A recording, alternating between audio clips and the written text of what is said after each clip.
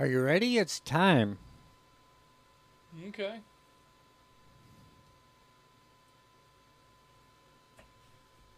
Do you mean it's time now? Yeah, it's time now. All right. Well, you heard Jeff. It is time for the North Georgia GMRS Regional Network early check-ins. So at this time, we're going to take early check-ins for the North Georgia GMRS Regional Net for Zello users. Zello users only.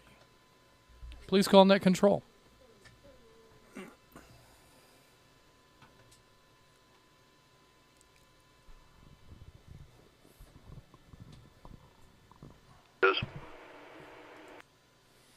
This is RX 755, case code 80, checking in. right there at the top of the log.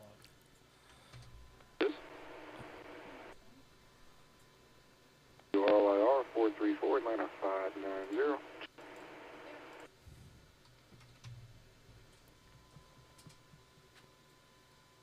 At least he's not a 5-9er.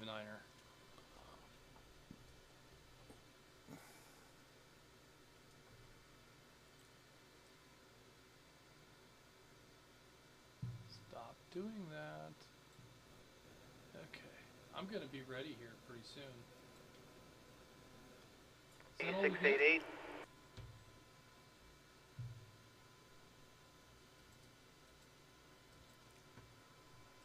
What was that last one? It was incomplete.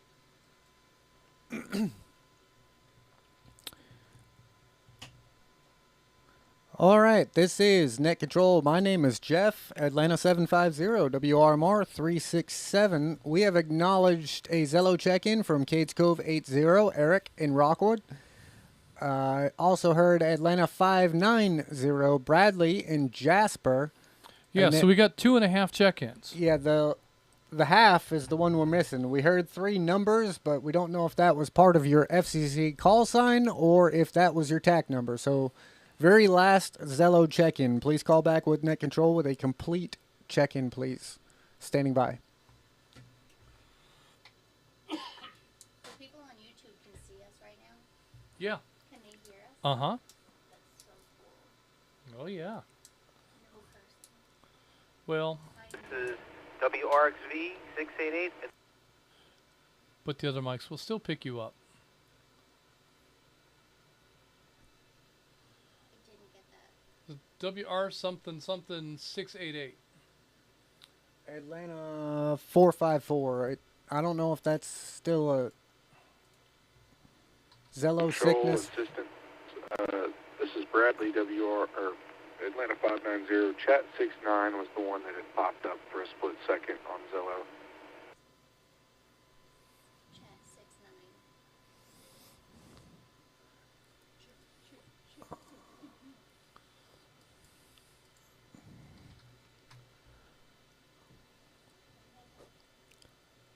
So I think some of our Windows updates are still plaguing us with Zello issues. No. Because the 2 that I just pulled, I pulled from the Zello app. Okay. This is McDonald 22, WRCR 952. This is Tim in Stockbridge. Guys, I wasn't able to hear the lead up, and I just got a couple minutes here just to get checked in, so I hope I'm not checking in out of tune or out of time. But anyway, y'all have a good net, and we'll catch you later. McDonald 22.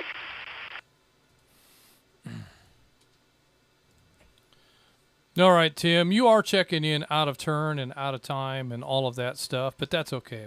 We understand you've got lots going on these days.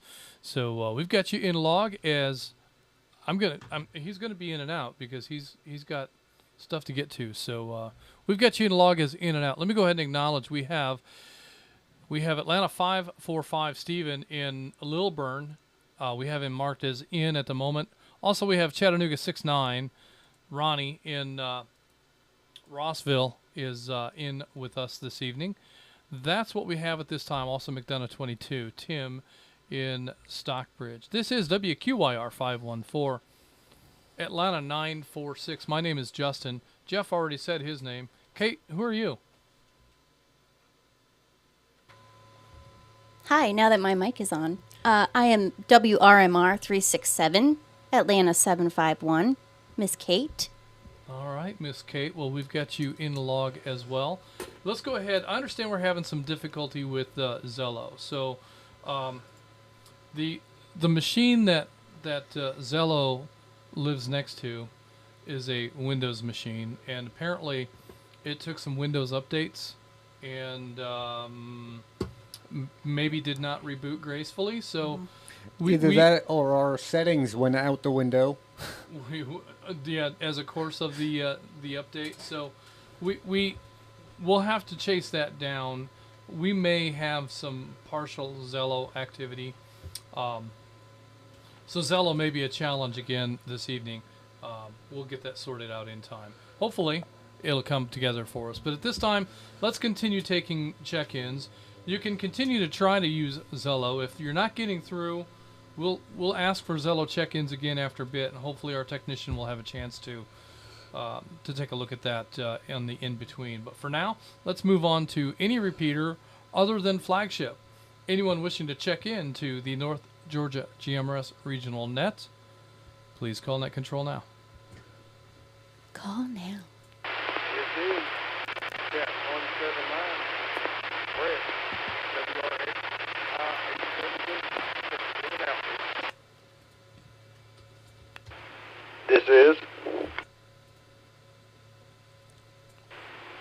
This is WRQD 424, Chattanooga 60. Jason out of Hickson, check me in. Check me in there. Okay. You got it.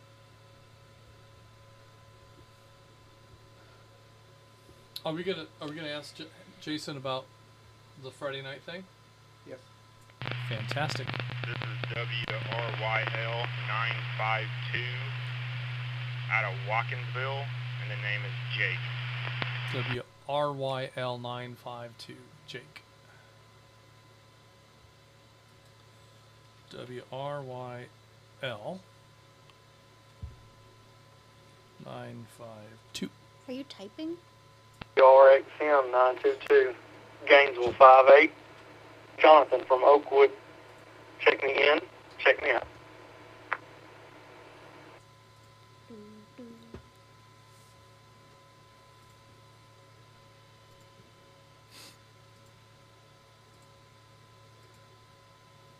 Did you hear where Jake was from? Was it from State Farm? This is WRWA 386, Atlanta 214. Tyler, incoming, checking in and checking out. No, I actually think Jake was in Watkinsville area. But Jake from State Farm is more fun. This is true. Plus, it gives us the notoriety of it.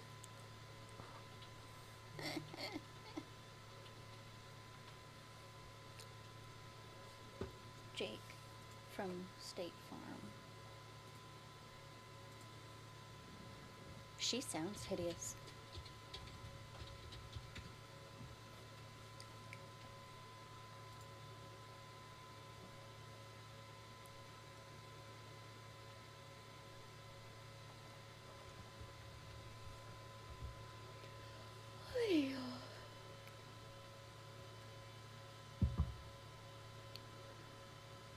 Anyone? This is Atlanta 551 WRYI 1478 Shannon in Dawsonville. I've just jumped into the check-in, so I hope I'm not going out of turn. I'm also curious, what's the subject tonight, Justin? I don't even know what the subject is, but I know that you sent It's him. subject to change. Jeffrey just shipped out his shirts to him yesterday. Don't touch my laptop.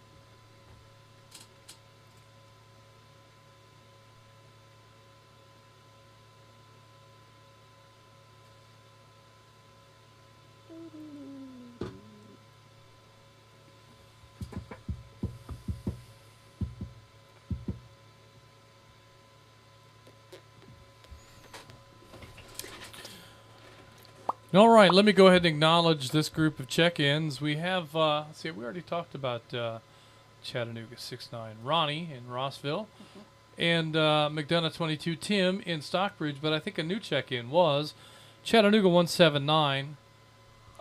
Brett from Chattanooga is in and out tonight. Chattanooga 60. Jason in Hickson is in with us tonight. Also, we heard WRYZ.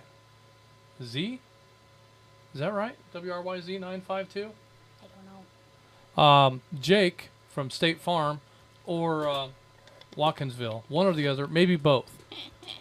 Yeah, it could be both. Could be both. It could be there could be a State Farm branch in Watkinsville. Yeah. Yeah. I'm not sure. Totally plausible. We'll have to find out. Anyway, we've got Jake logged as in tonight, so we'll ask when we come around to Jake. Also, we have Gainesville 58. Jonathan in Oakwood is in and out.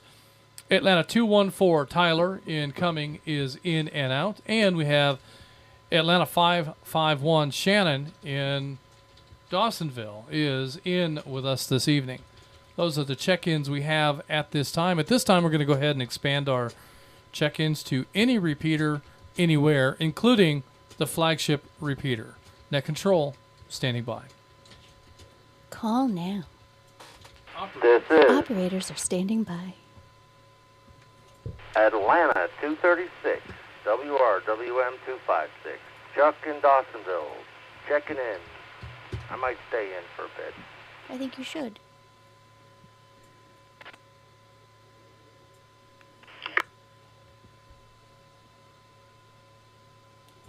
Wrong 313, WRMH 246. Coming out of Rome, check me in and check me out, but I will be monitoring. Rome. This is 70 CW32. Checking in, I'll be in and out.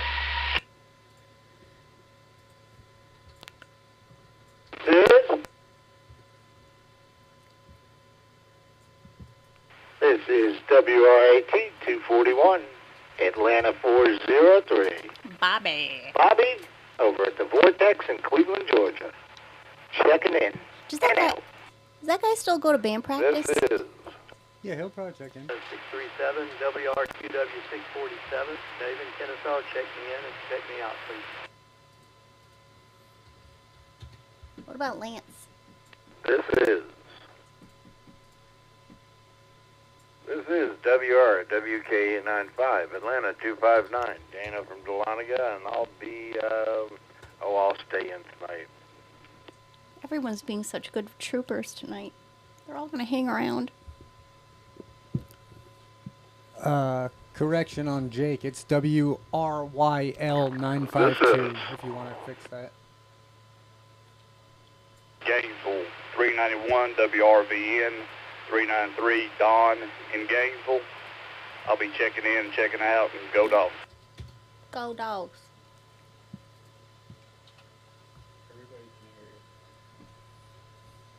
On YouTube. This is You'll get more views. 1402. Todd.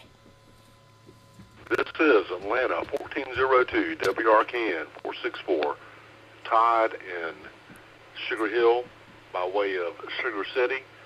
Check me in and out, guys. You guys are sounding great tonight. And by way of relay, check out Krista. Well, check her in and out, 1403. And I will be listening in and monitoring and as I can. He's probably WRKN grilling. 464.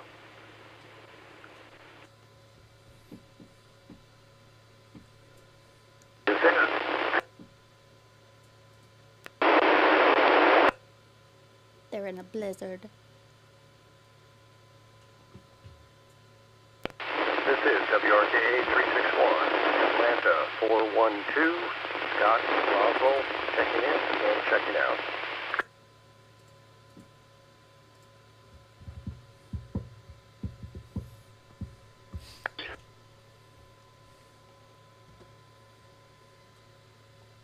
WRQB 762, Gainesville 44. Joe in Cleveland, Georgia, checking in and out.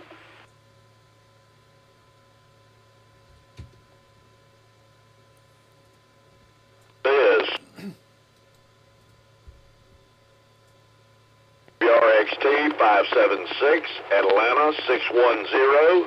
David in Marietta, checking in, checking out.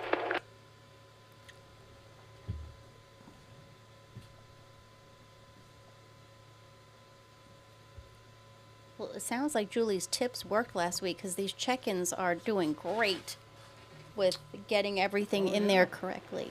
This is? That and no doubles. Oh. Just hit it. This is WRKT 728, Dallas 20. David in southwest Paulding County checking in. And by way of relay, Dallas 21, Lisa, is in and out. Good evening, everyone. Oh.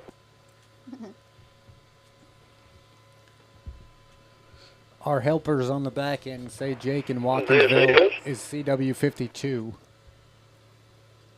Okay. WQUV 439, Atlanta 780, Houston, Austell, on Zello. Check me in and out, please, sir. So Zello is working.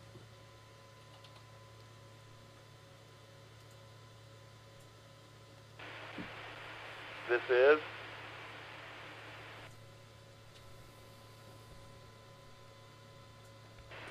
This is WRCT 399, Atlanta 261. Whoops. Scott from Holly Springs. If you don't mind, gentlemen, check me in and check me out this evening. It's the 27-year anniversary blitz. So Mama's going to take me out tonight. So thanks again. Appreciate I it. bet she's going to take him out. That's right. The left hook. Oh. I was thinking something nicer like dinner.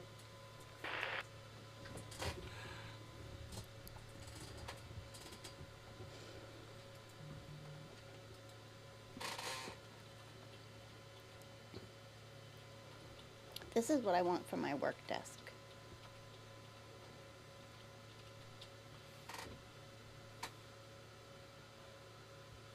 Do you want it to go up and down?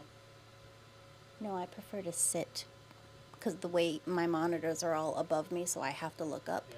But I want big monitors. I only have one big one. I know where to get them, and I know a guy that can build a desk. Gary says Diana and him are waving at you, and you need to stay better on your mic placement. Oh. Hello, friends. Why is Gary not checking in? WRYC He's a supervisor. I don't think so. Checking in, checking out. Gonna be watching the Braves game. You should be watching. Who was You. that? I don't know. We missed it. We got distracted. Yeah. Sorry. He's watching the Braves. It sounded like a familiar voice. All right, let's go ahead and acknowledge what we have. We got a pretty good group of them right here. So we have Atlanta 235, 236.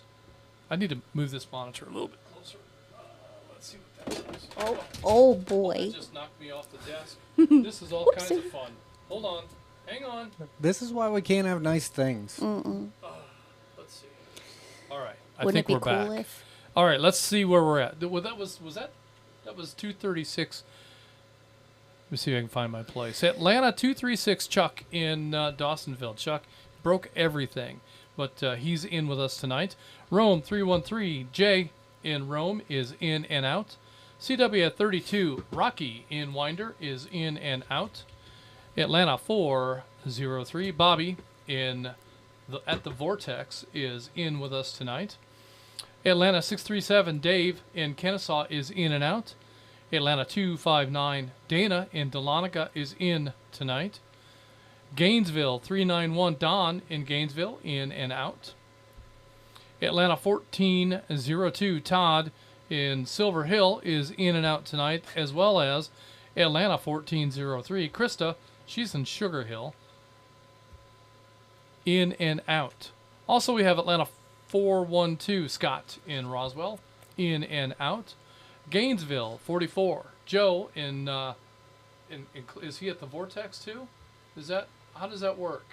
Joe's in Cleveland, but Bobby's at the Vortex, Which is in Cleveland. which is at Joe's house in Cleveland. in Cleveland. All right, so The log is still accurate. It's just semantics at this point. there we go, semantics. Next on our log in our list is Atlanta 610 David in Marietta, in and out. And right behind that is Dallas 20 David in southwest Paulding County, is in this evening. Dallas 2-1 Lisa in southwest Paulding County is in and out. Atlanta 780 Houston in Austell, checking in on Zello. Good to know that Zello maybe is working. We'll come to some Zello check-ins here in just a little bit. Houston is in and out. Atlanta 261 Scott having an anniversary dinner this evening. Happy anniversary. And you kids behave. Next we have Atlanta 533 Charles in Kennesaw is at the Braves game. That's the one that we didn't hear? Yeah. Okay. We got some good helpers this time. Excellent. King All right. Charles. It's good to have good help. So those are the check-ins that we have at this time.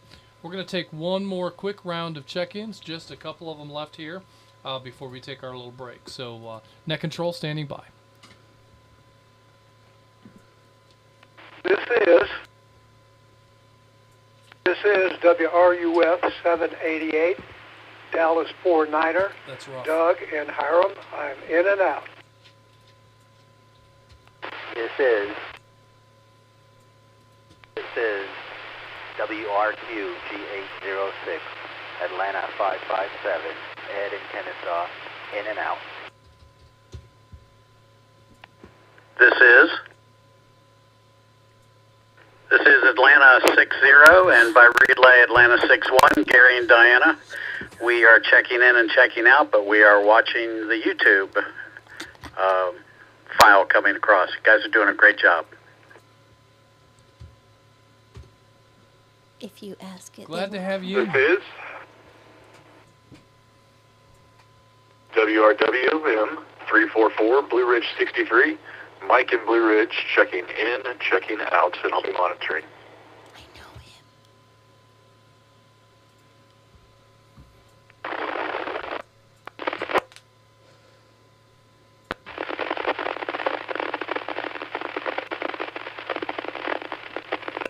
Sounds like popcorn. Yeah, totally unreadable. That was flagship. Atlanta 240 WRVS Patrick? 777 checking in. You're good. I don't care what Jeff says. I think you're great. I don't care what Jeff says either. I don't care what I say either. Okay.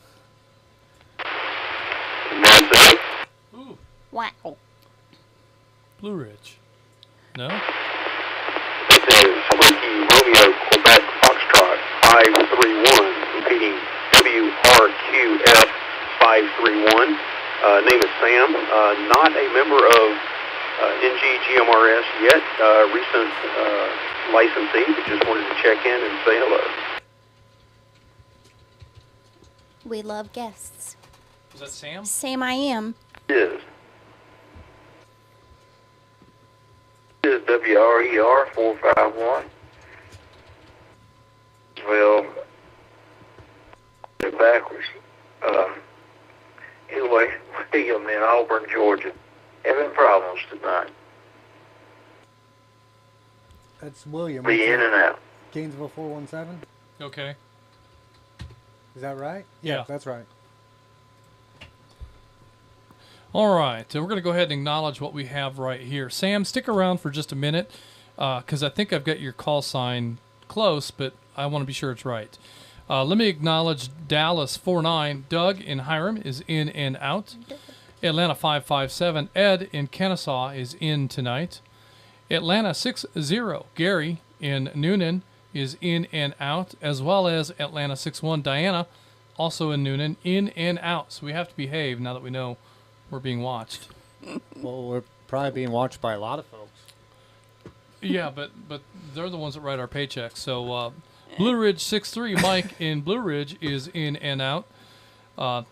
Speaking of paycheck, I haven't seen one for the last 6 years. Yeah, don't count on it. Atlanta 240, Patrick in Duluth is in with us this evening. And WRQF 531, Sam. Did I get that call sign right? No, it's WRER 451. Roger, you did WRQF 531, Sam. And I forgot to mention I'm coming in on the Noonan repeater. Oh, you did get it right. WRER 451 is William. Yeah. All right, Sam. Yeah, we've got you on the Noonan machine. And, well, that's interesting. I got you in here on the Noonan machine, and you're in the log with us tonight, so glad to have you along. And you're welcome to participate as a guest check-in this evening. Also, we heard Gainesville 417, William in Auburn. We've got you in and out. Those are the check-ins we have at this moment. Right now, we're going to go ahead and take a 5-minute break, and we'll be back to start the net just a little bit after 7:30. This is WQIR 514 Atlanta 946. My name is Justin. And WRMR 367, Atlanta 751. This is Kate. And Atlanta 750, WRMR 367. My name is Jeff. And we'll be clear for about 5 minutes.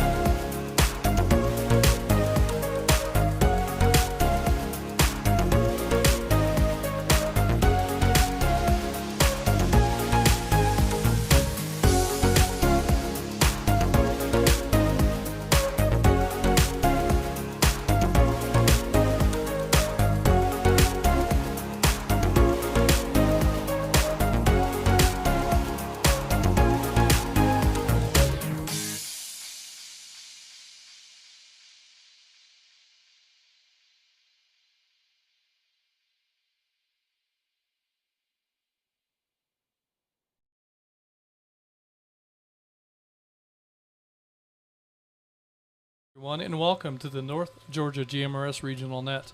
Tonight we are live from Studio Vanguard. We are linked in with the following repeaters. Oh, that's my job. Are you following those repeaters? I always mess this up. Cades Cove, White Oak, Fort Mountain, Chattanooga, Georgetown, Ottawa. Lookout Mountain is experiencing some internet issues that we hope to have resolved by Monday or Tuesday. We have Flagship, Noonan, Dallas, Lula, Rome, Watkinsville, McDonough, Jersey, Columbus, Zebulon, Ocala, and of course our VoIP service, Zello. It's your turn again. Tonight our RF coverage encompasses approximately 41,000 square miles. They might be square. I think they're probably randomly shaped miles. And that number is going to increase with the coverage from Lookout Mountain. We haven't calculated what that is yet. This net takes place every Thursday evening at 7:30 p.m. I'd like to thank all of you who have made North Georgia GMRS the most expansive and active GMRS network in the country. Your net control tonight is Atlanta 946, WQIR 514. My name is Justin. WRMR 367, Atlanta 751. This is Kate. And Atlanta 750, WRMR 367. My name is Jeff. We are located somewhere in the Northern Hemisphere. On the net, you can talk about your day's activities, radio equipment, or anything you think we'd like to hear. This is a family-based network, so we encourage you to get your family involved. Once the floor is open, it is permissible to address other members of the net by their name or tactical unit number. Your FCC call sign is only required when you sign in and sign out of the net. What's our topic this week, Jeff? Is there something coming up that we want to talk about? Well, don't we have a segment for that? Ah, we do. We Let's do. catch up with Kate. Let's reset and let Kate take it over. This is WRMR. Whoa. You have to wait for the red light. You have I didn't know. Yeah. Okay. All right, take two. Oh, we're going to have some good bloopers for this week. This is WRMR 367, Atlanta 751. My name is Kate from high atop Mount Waleski, live in Studio Vanguard this evening with this week's Catch Up with Kate with the latest North Georgia GMRS sauce. GMRS news we can all relish. The most exciting news this week is the upcoming Chattanooga Hamfest. The Chat Hamfest will be October 20th and 21st. On Friday, October 20th, doors will be opening at 1 p.m. and the event will close around 7. On Saturday, October 21st, doors will be opening at 8 a.m. Why so early? Ugh. And the event will close around 3 p.m. All times are Eastern. But wait, there's more. The North Georgia GMRS Regional Net will be held live at the Hamfest venue on Thursday, October 19th, with early check-ins starting at 7 p.m. Admission to the venue for the live audience is free. You'll have the opportunity to see the net produced live, as well as participate in the live stream and over the air. We hope to see the room bursting with members, and we look forward to hearing you on the air. Oh, and last year, the record-breaking 82 check-ins, I challenged the membership to gather friends and family around the check-in next week, and let's break that 82. Even if you are in and out, that's okay. We're looking for membership participation. Where will the live studio audience be? How do we find the place if we want to go? Great questions, Jeff. It will be held at the East Ridge Community Center, 1515 Tombras Avenue, East Ridge, Tennessee, right down the road from Champies. Let me break. Don't forget, the northern members of North Georgia GMRS are gathering for their monthly luncheon at Champies at 6515 Ringgold Road on Thursday, October 19th. Lunch will be at 12 p.m., and we will have to be hitting the road by 2 p.m. for setup. Atlanta 946 and Atlanta 750 will be there for conversation and a tasty meal. And at the conclusion of lunch, you will all be invited to come help set up for Hamfest. A chance to work off those calories means you can have dessert. We should also mention that Saturday, October 21st, you'll have a chance to sit for your amateur radio technician's license or upgrade your license. Testing starts at 1 p.m. sharp. Second chances for testing are just a couple weeks later at the Stone Mountain Hamfest. Oh yeah, Stone Mountain will be Saturday and Sunday, November 4th and 5th. Are you in the market for a new radio? North Georgia GMRS will have lots of pre-programmed, ready-to-go radios for sale. Stone Mountain Hamfest will be celebrating 50 years this year. You can find more information at stonemountainhamfest.com. If you have any questions or suggestions or spicy announcements to catch up on, send me a note at kate@NGGMRS.org. We are North Georgia GMRS Network. This is WRMR 367, Atlanta 751. My name is Kate, and now it's time for Julie's Tips. What do you have for us this week, Julie?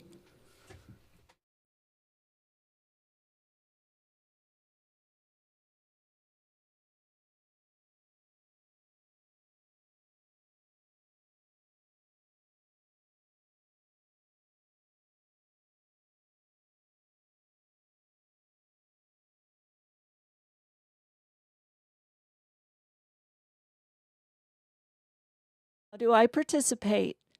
A net is essentially a moderated conference call with 3 or more radio stations communicating with each other on a common channel or frequency.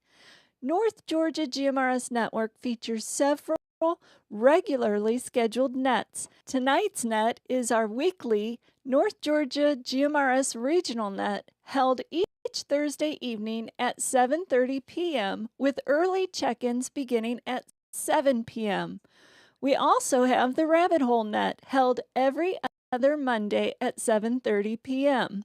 And let us not forget the Kids Net, which is exclusively for the North Georgia GMRS youth ages 18 and under, held on the second Saturday of every month. These nets are a great way to get involved with our radio network. It's an opportunity to demonstrate your radio's performance and a good method of practicing two-way radio communications. Participating in a net is a great way to get to know the radio community and a way for the radio community to get to know you. The nets are also a great source of information, whether it be info for new users or the secrets of preserving foods, or whatever the topic of the week may be. There is always something to learn on any of the North Georgia GMRS nets. Let me break. We encourage all licensed GMRS operators to participate in the North Georgia GMRS nets and to engage in our network Facebook page. All you need to do is call out during any of the many check-in periods for any of the nets you're interested in. Remember, when checking in, first key the mic, wait a beat or two, and say, "This is," then unkey the mic and listen. If you don't hear anything, the channel is open. Key the mic again, wait a beat, and say your call sign, then your tactical unit number, your name, and location. It would sound something like this. This is WQIR 514, Atlanta 947. My name is Julie, and I'm in Woodstock. If you don't have a TAC number, that's okay. We love taking check-ins from guests as well. Just give your call sign, name, and general location. It would sound something like this. This is WQIR 514. My name is Julie, and I'm in Woodstock, checking in as a guest. These practices will make us the best radio operators on the North Georgia GMRS network. I hope you'll tune in next week for my next episode. If you have any questions or suggestions for new user tips and operating procedures, please send me a note at julie@NGGMRS.org. We are North Georgia GMRS Network, and this is WQIR 514, Atlanta 947. My name is Julie, and it's back to Net Control.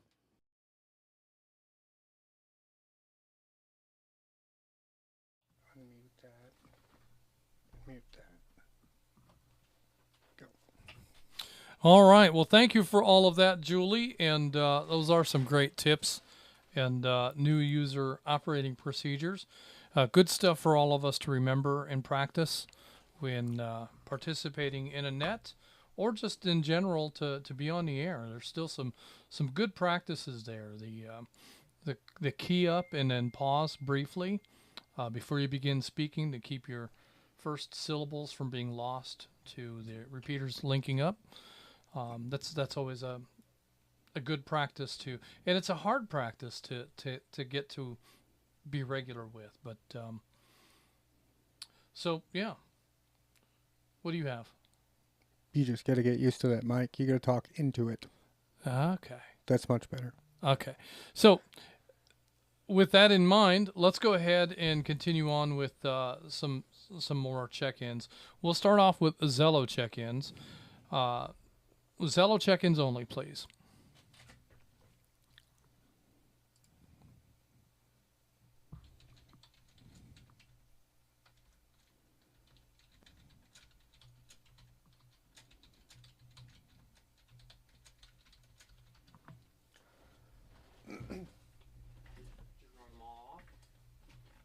Maybe, or maybe Zello's not playing nice.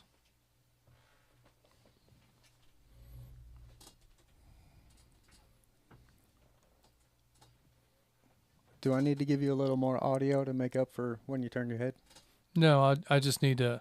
I can hear that now that you mention it, so I just need to remember that. WYC-0386, Atlanta 214, Tyler incoming. I feel like we already have Atlanta 214. We already have him. This is. We may have neglected to call on him and Shannon in that little group right there before Chuck, but Tyler's in there. 43, WRXM 345, David in Auburn, Georgia. Checking in, checking out. He did say Dallas 43, right? Well, he said something 43. I thought I heard McDonough 43, but that doesn't seem familiar.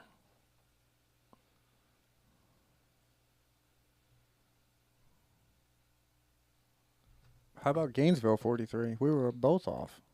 That could be. Yeah, that one makes way more sense for what he said.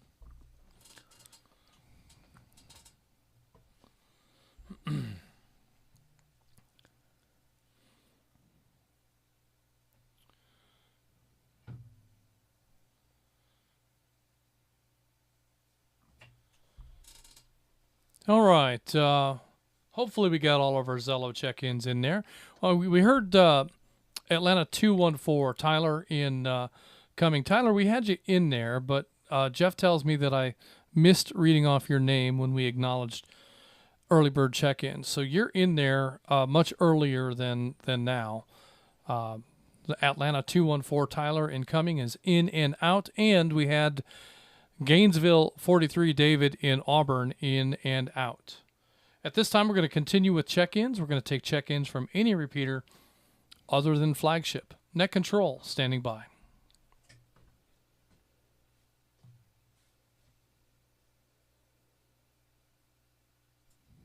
This is Atlanta 795 WROB 977. This is Blair, and I'm checking in from Nashville. From Nashville. Nashville, yeah. He moved up there. This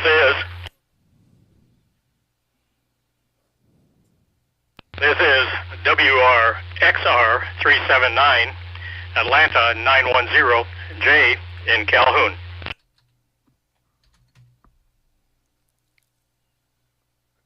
That's the broken log spot, right? Yep, it is.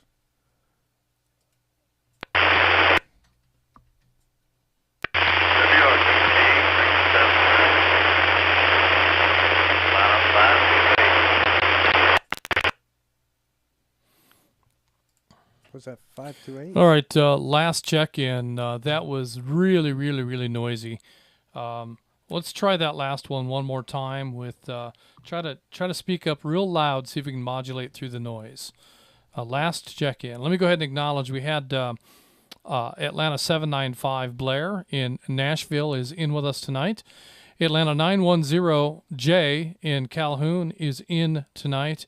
And then that last check-in, please. Come back with that nice and loud. Let's see if we can get through the noise.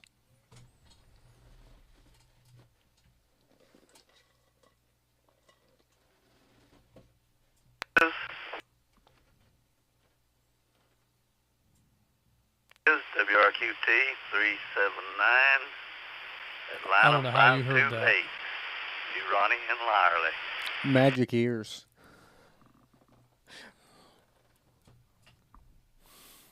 All right, Ronnie. We heard you loud and clear that time, so looked like you were on the Rome repeater. That's a much better repeater for you. So Atlanta 528, Ronnie in Lyerly. We've got you in here tonight. All right, let's continue taking check-ins from any repeater other than Flagship. Net Control standing by.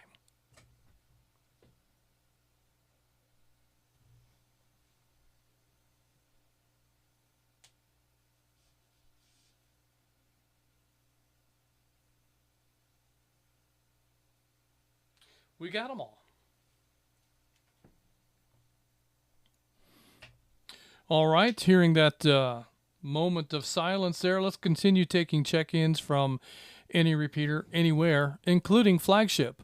Net Control standing by.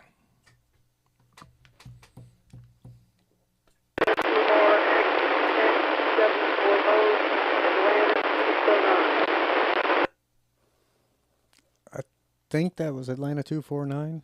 That may be right. I heard I thought it was 849, but 249 may be it.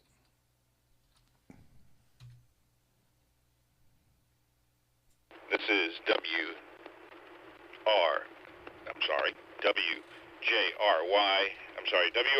J582, getting used to the number.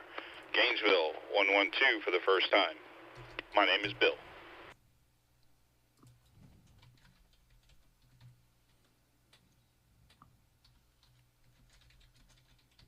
This is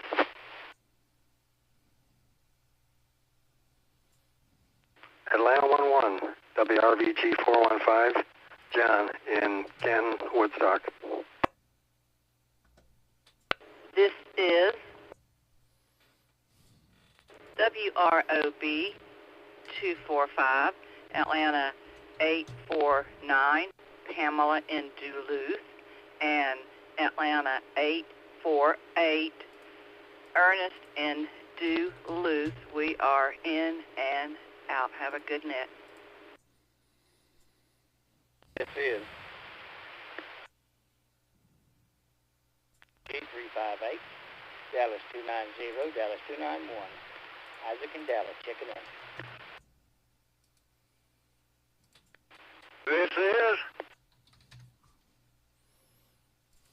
This is WRTI 560, Atlanta 589, Don in Kennesaw. Check me in and out.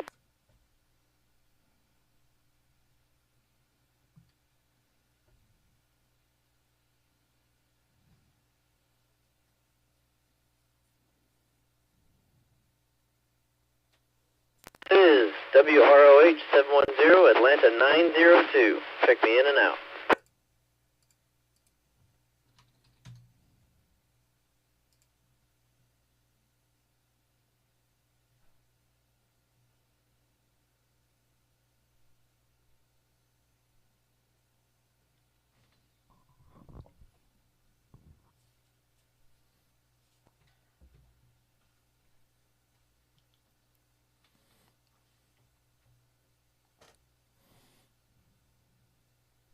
This is WRYJ 582, Gainesville 113, Checking in and out.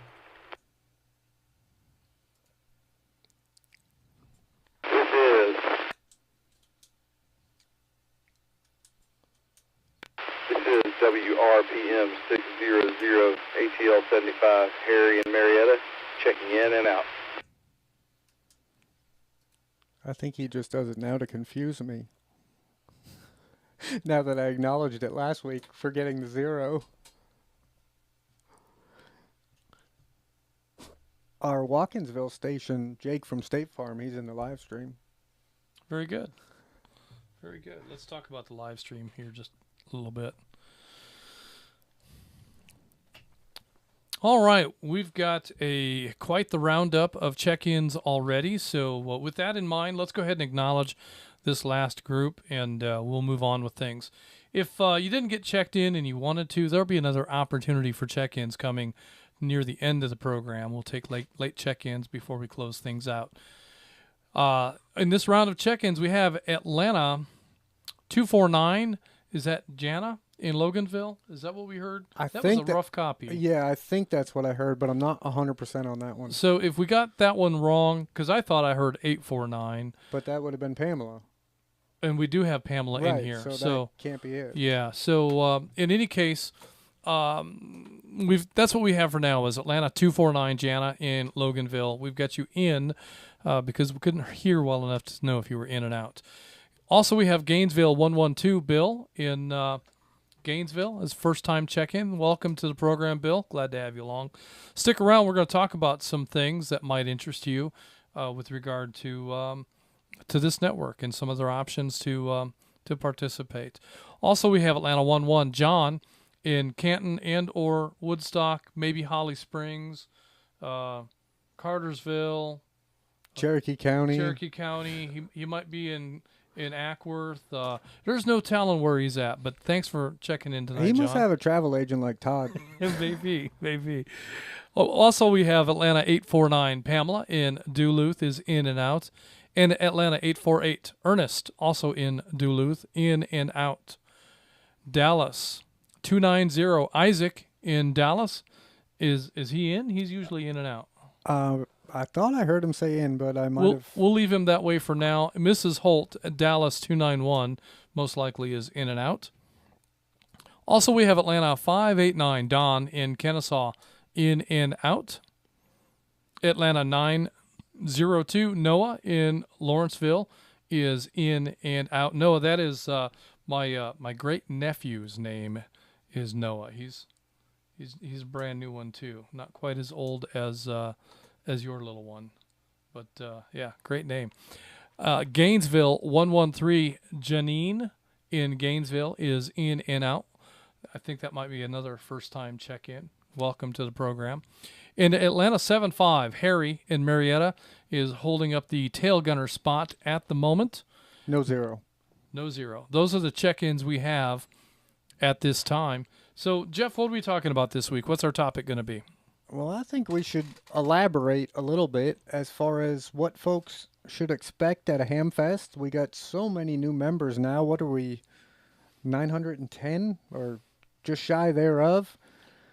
I don't think majority of the new folks know what we do at Chattanooga Hamfest. Well, and I'm sure there's plenty of them that are wondering, is this predominantly honey baked or are these spiral cut? What variety of hams should one expect at a Hamfest? And I don't eat meat, so there's a whole nother complication. So there's a lot of up in the air that maybe we should elaborate on and get folks filled in for those new members, know what to expect for this coming Hamfest at Chattanooga, and kind of have half an idea what to expect for the 1-2 weeks later at Stone Mountain. Yeah, there's a couple of big events for North Georgia GMRS coming up. We should break.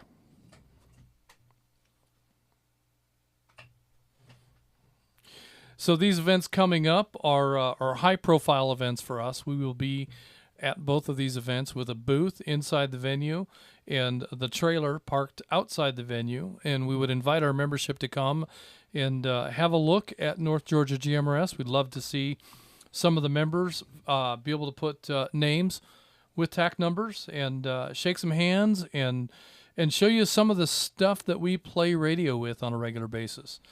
At Chattanooga Hamfest, we'll be trying to recruit additional members, sharing, what GMRS radio is. It's not the same thing as ham radio or amateur radio. It's similar. There's a lot of similarities, and there's a lot of differences. And and one of the common misconceptions that amateur radio operators have is they assume that this is just another band that they can operate in. But in fact, it requires a separate, distinct license from an amateur license. So your ham radio license does not give you permission to operate in GMRS. And likewise, your GMRS license is only good here. You can't use it to operate amateur radio equipment. So one thing that's unique that we all know about in GMRS is one license will cover your entire family. And that's an advantage that we have over amateur radio, because in amateur radio, you have to have a license for each operator. So if you want to have your children involved, they have to be able to acquire a license, pass a test, and those are some of the minimum requirements. Now, that might not be too difficult to get your kids involved, but maybe you have a disinterested spouse that doesn't really want to take the time or put the energy into studying for an amateur radio license. In GMRS, it doesn't matter. Your spouse is covered and in a pinch is legally able to operate your GMRS radio without any concern for qualifications, etc. As long as she's a family member, and obviously if it's your wife or if it's your husband, a spouse, that would qualify. Covered. And in fact, the definition of family from the Part 95 rules is pretty extensive. It covers aunts, uncles, nieces, nephews. It covers step-family members. It covers parents and grandparents, children, siblings. What'd I miss? I think you got it. I think I got it. It's quite a big list. It's quite a big list. So if they don't have to be in the same household, they can be across the street, they can be across town, they can be in another state. There's no obligation that they be in proximity to you, but the license holder, whoever holds that license, is responsible for all of the transmissions that happen under that FCC license number. So if you're concerned, let me break.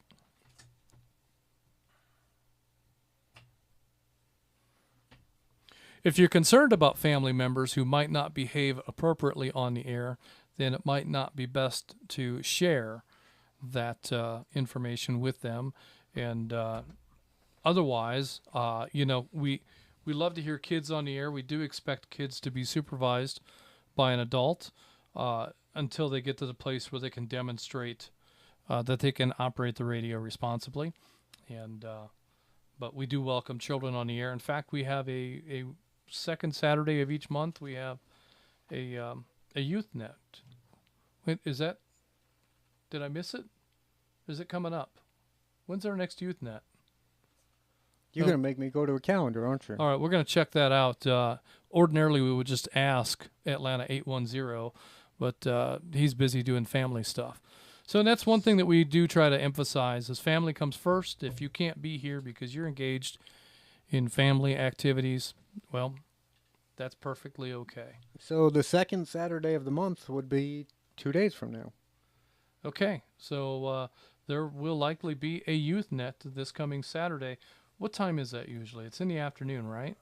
It's usually at 7, but with Little John playing ball this year, there might be a little flexibility, but I'm assuming they're still planning on doing it. Oh, that's an interesting thought with Little John. If he's got a game this weekend, and it's probably their finale. It's their last week, yeah. Yeah, so there's a good chance that we may have to adjust our schedule a little bit here. We'll check in with Atlanta 810 and see what the game plan is. So, amateur radio hamfests are predominantly geared towards amateur radio, but there's a lot of overlap there and a lot of interest with GMRS radio as well. So at both of these events, North Georgia GMRS will have a large presence, and we want to meet and greet as many people as we can while we're there. But the other thing that we want to do is try to educate people about some of the advantages that GMRS radio offers that might not be available under an amateur license. There's a lot of overlap in the way that our radios operate versus the way the amateur radios operate, but there's some pretty distinct and important differences too.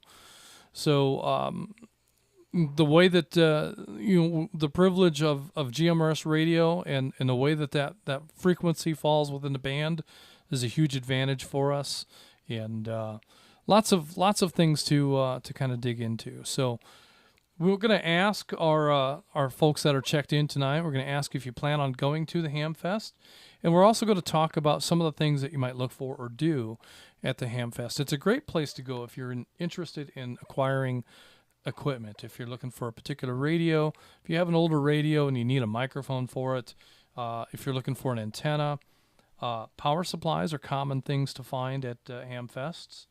I've got most of the power supplies that I've acquired have come from Hamfests. Time to break.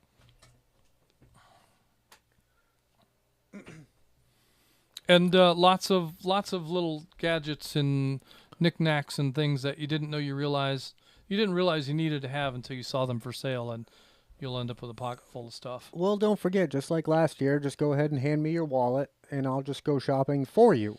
Yeah. I mean, it worked out great for me. I got to buy all kinds of new stuff with your wallet. And Jeff is good at that. He does very well at spending other people's money. Right, Gary? Anyways, the other interesting part about Chattanooga Hamfest, which this just in, we have the forum schedule. Did you mention my name? Just in. Yeah, well, you'll be there. We already know that. Oh, yeah, okay. But the news is just in. Ah. This is the... Just in your phone?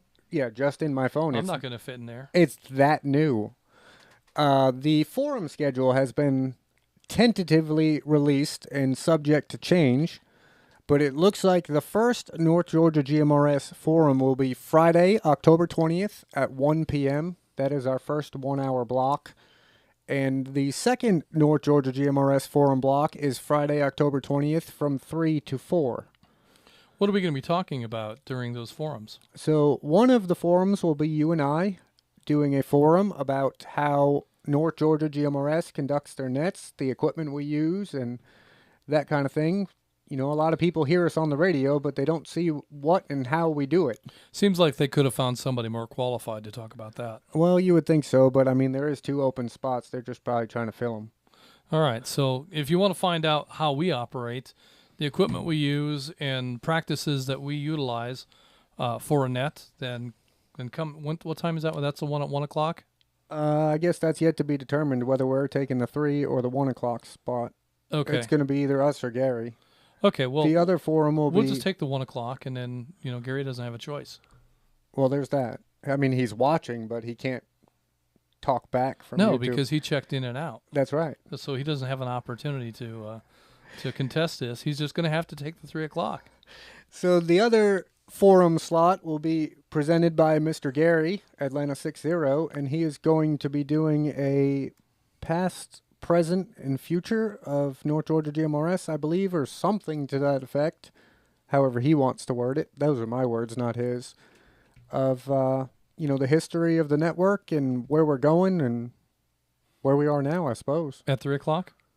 Yeah, we just determined that, I suppose. So this is another thing that's kind of interesting, is that last year there were 2 forum rooms, and some of the forums would happen, simultaneously. And there's more forums that are going to be happening than just the 2 that Jeff mentioned.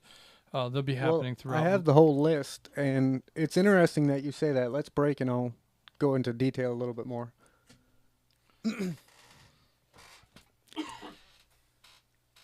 The other interesting forum that's interesting to me anyways, and based on some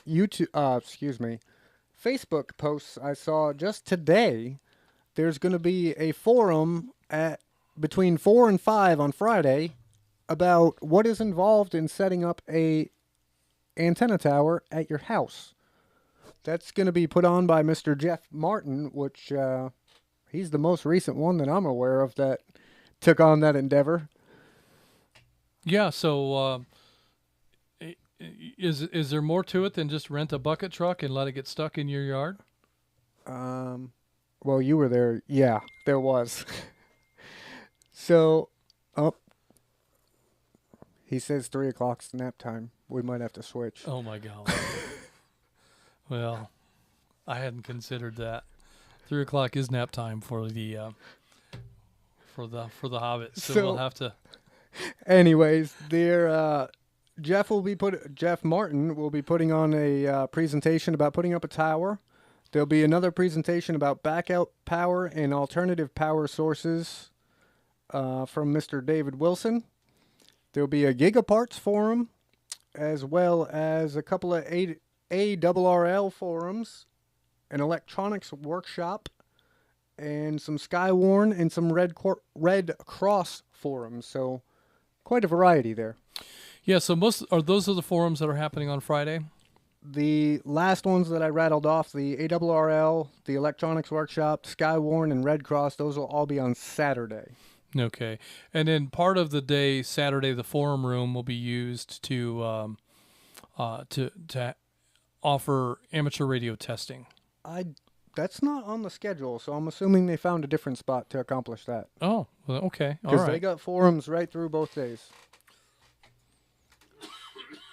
So that is something to look forward to as far as the forums go. There's a lot there that are interesting to some and maybe not to others, and that's okay. You don't have to go if you don't want to, but if you do want to go, at least you know when they'll be and which days you need to be there on time for the forums. Yeah, and there's lots to do besides the forums. There's the vendors. There's lots of vendors that are going to be there. In fact, there are so many vendors coming this year, they had to shut down the second forum room. Yeah, there's only going to be one forum room because they needed a place to put some of the vendors. So the second forum room will be actually a vendor space this year. So the other thing to consider is maybe not all day, every day, but a lot of these forums, and it's certainly the North Georgia GMRS ones, we are going to try to live stream them as well. So if you can't make it up there but really interested in watching that forum, we're going to try to get it on the live stream as long as internet is going to cooperate for us. Yeah, and even if we don't, even if we're not able to live stream these forums, we may be able to present them after the fact in a recorded, edited manner. So either way, there'll be an opportunity, I think, to view the forums. If not live, then Memorex or SanDisk. Yeah. So that I think, in a nutshell, is the majority of what's going on at the Hamfest. Well, that's what's scheduled, and then of course, we're going to have Studio G and Studio Vanguard, so folks can come and hang out and play in the studios and see all these neat things that we've built that maybe they didn't get to see them at Jeep Fest.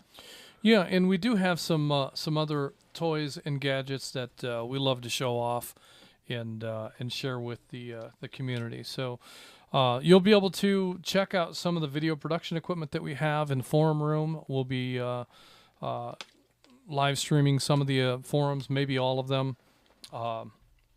So there'll be an opportunity there to see some of the expansion that we've made recently into video live streaming and video production work.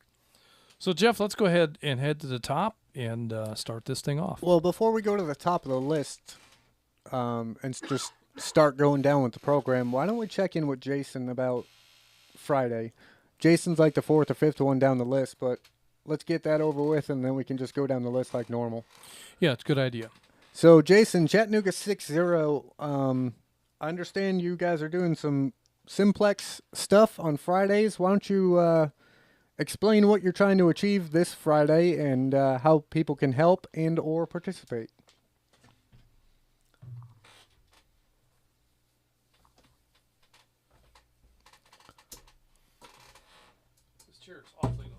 Hey, fellas, thank you for the opportunity to discuss a little simplex activity we got going on here. For the past couple of months, we've been doing channel 19 at 9, testing out our simplex footprint. And I had one of those thoughts like Justin gets from time to time. Wouldn't it be cool if? Give me a break.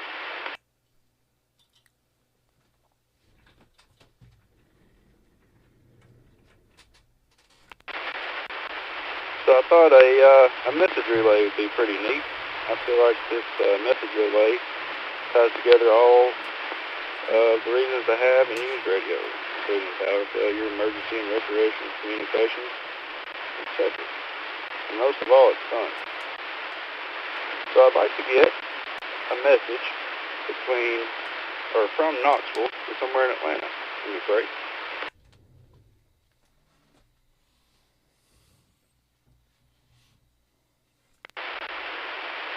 I would like to achieve this by doing it all by simplex. We could go something similar to this. Relay 1. I received your message. Say this is your call sign. Relay 2 with a message. Wait for a response. Then announce your message and continue the cycle.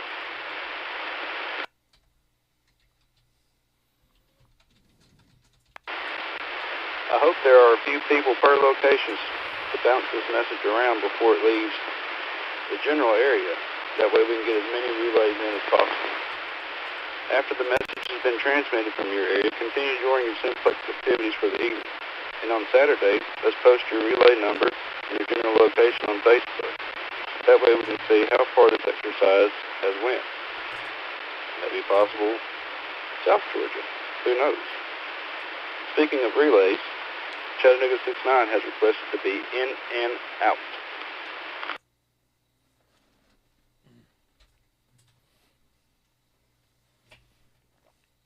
All right, Jason. Well, I'll tell you, this is a... Are you going to make it over there? Let me break.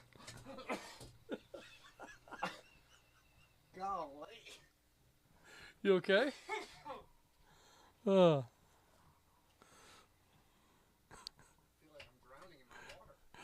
too much? Is that water too hard? Okay. All right. Well, we'll have to try some softer water next time. Down the wrong hatch, I think, is what happened here. But yeah, Jason, you know, we are a repeater network, and so most of what we focus on is repeater oriented. But this is a fascinating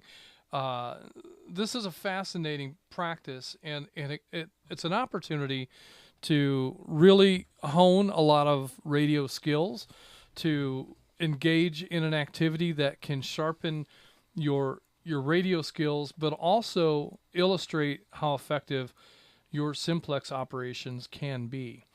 And of course, this is a program that doesn't utilize the network really at all. So by all means and by any means, participate in this. And I would like very much to support this in whatever way that we can, but obviously a repeater network isn't going to be very useful in simplex operations. So, but the idea is a great one, and the idea of relaying messages from one region to another.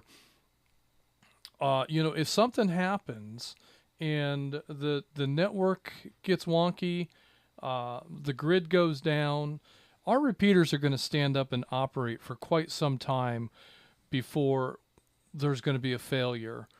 Some of our repeaters have considerably large battery backup banks. Some of them have LP gas generators. Some of them have, we don't have a solar repeater anymore, do we?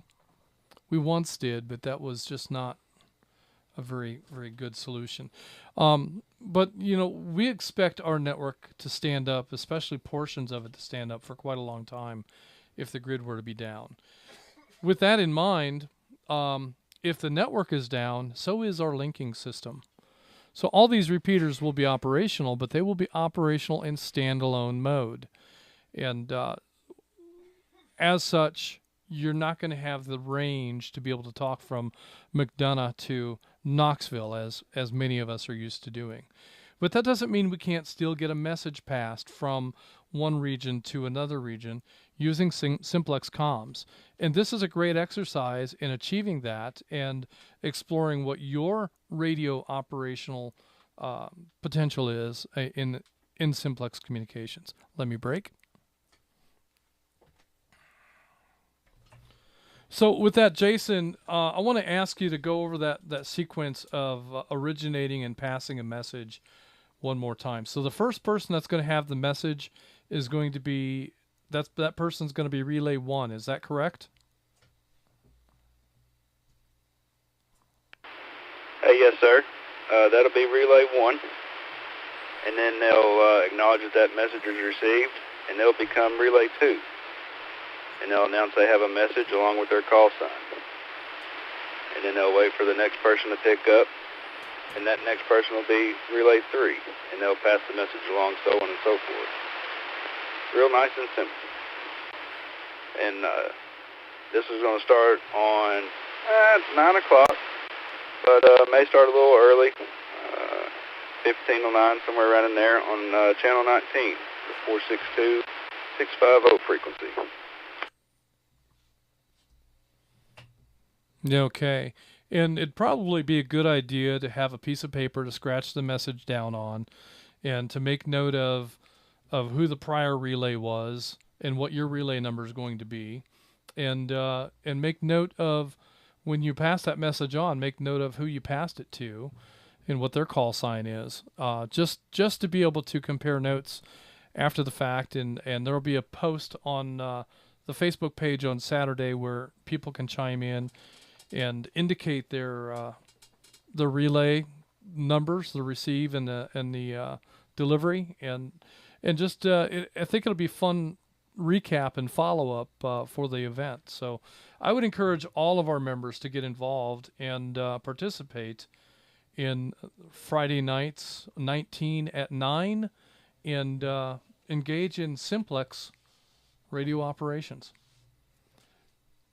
Well, Jason talks specifically about going from, north to south, being Knoxville to Atlanta, but it'd be interesting to see how far east they can get too. We got quite a few members on tops of mountains going along east out towards the Gainesville area that, use geography to your advantage in this situation, and a few of these higher peaks might get your message out to the east pretty good too. Oh yeah, I wonder if we can get to Mont Eagle.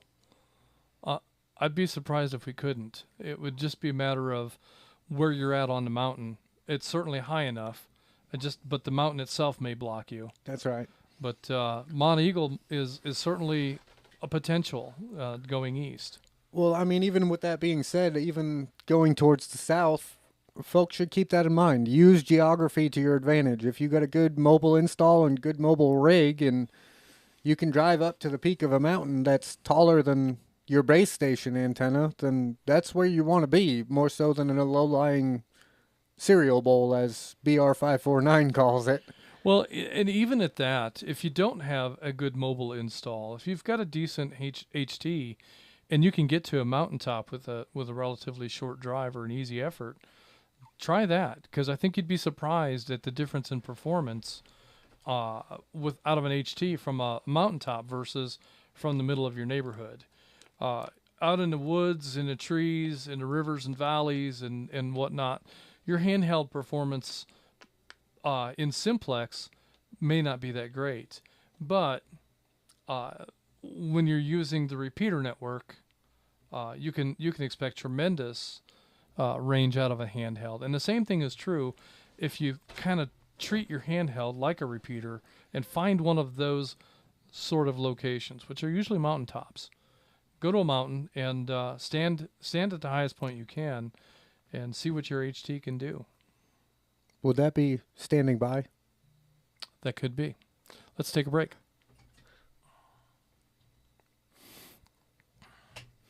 All right. Well, Jason, did you have anything you wanted to add? Did you want to talk about anything other than the 19 at 9? And do you plan to go to the Hamfest? You think we'll see you there?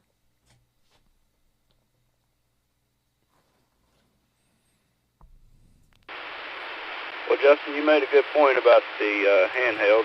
Just because you got a 5-watt handheld, don't think you can't get out and really reach out. I was lucky enough to make a 83-mile trip between Chattanooga and Oak Ridge the other day with a handheld.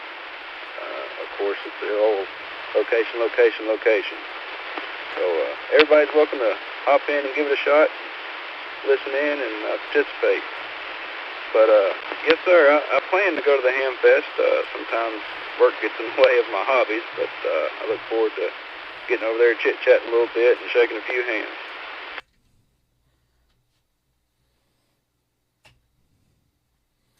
Fantastic. Well, I want to say thanks because I believe that you were one of the original drivers of the 19 at 9, and I think it's a great idea.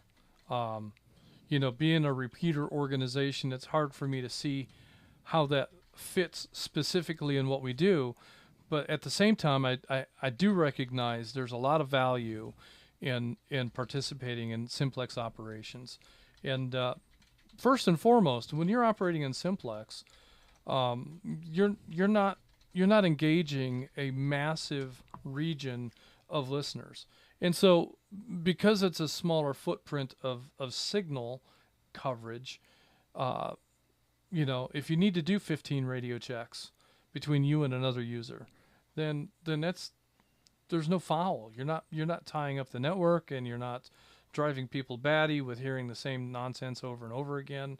So that those kind of rules and things that we try to maintain in the network, you don't really have to even consider when you're in simplex operation. You just have to consider FCC rules. Don't forget to ID, and really just don't forget to ID. Yeah. So as long as your radio is programmed and is legal to operate, you're not operating at power levels beyond what the rules allow, you should be fine in simplex operations. So, all right, Jason. Well, we'll look forward to seeing you at the Hamfest, and hopefully we have a chance to visit just a little bit while we're there. Did we ask him if he was going to the Hamfest? He said he was going. Yeah, he was going to try to. Good deal. Yeah, try to meet some folks and hang out a little bit. So he didn't know if work was going to get in the way or not, but. That was probably when I was choking on water and dying. Yeah. I guess I got a drinking problem with water. Apparently he does have a drinking problem. It's a serious one, too. Yeah, especially with water. Uh-huh. So, well, we'll have to get him some rehab at some point, but he's got to hit rock bottom first. Certainly couldn't be a fish. No, you don't like meat. All right, let's move on and start at the top of our roster here. We have Cades Cove 80, Rocky in Rockwood. Eric, do you have any questions about the Hamfest? Do you plan on going? And is there anything in particular you'll be looking for at the Hamfest?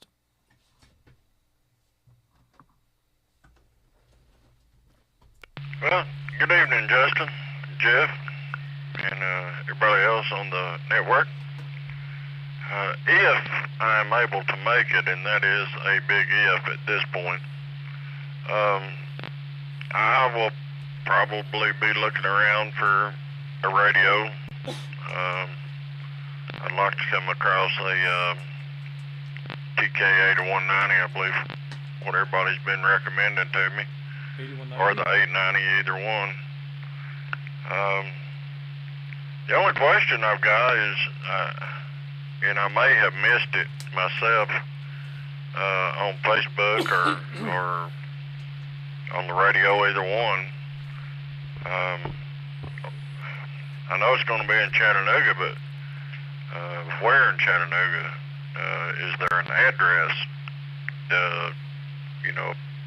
I put my GPS to get me there. That's really about the only question I've got. I've never been to a Hamfest, so I would like to go. Just some financial burdens right now that I don't know if I'm going to be able to make it down there or not.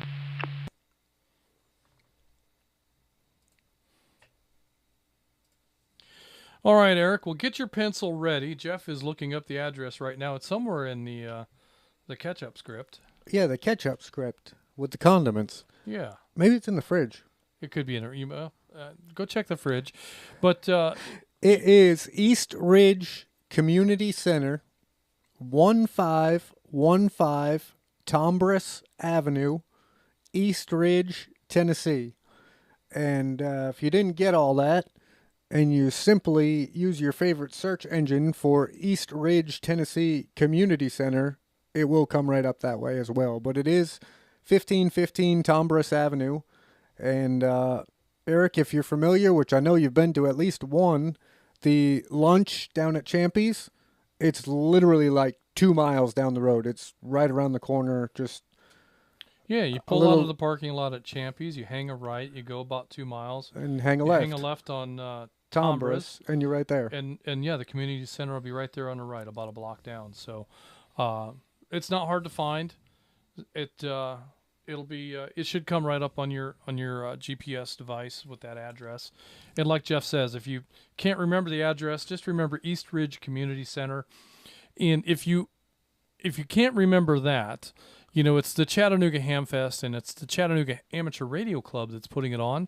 You can go to their website at w4am.net, w4am.net. And at the top, all the way to the right, the YouTube viewers can see it at home right now, but all the way to the right, there's a Hamfest Chattanooga 2023 tab, and all the information is there with a map and a countdown timer and the hours for the show. Everything is there. And even the vendor layout is there too now. Oh, that's cool. Yeah. So I don't even know. I haven't looked to see what vendors are there. I have some favorite vendors that I like to go visit whenever I get to a Hamfest. One of my favorite vendors, and I don't know if they'll be there or not, is Tower Electronics. They have all of the little stupid adapters and trinkets, and you know the little screws, the mounting screws for the radio. You know, it has to be like a 4mm length screw. You can't use a too long of a screw, or it'll go inside and crush the edge of the circuit boards inside. So they have those little parts. They're not terribly expensive if you're just going to buy a couple, and all kinds of adapters, accessories, antenna mounts, lots of great stuff. But one of our favorite vendors is also going to be there. And North Georgia GMRS? Well, we're going to be there, yes, but we're not selling anything. Yeah, but wouldn't that be our favorite vendor? Okay, but we're not selling anything. No, I was talking about Chat Radio. Oh, yes, they will be there. And one of the things that you can expect from Chat Radio, if you let them know that you're a member of North Georgia GMRS. Why don't you break? Let's break.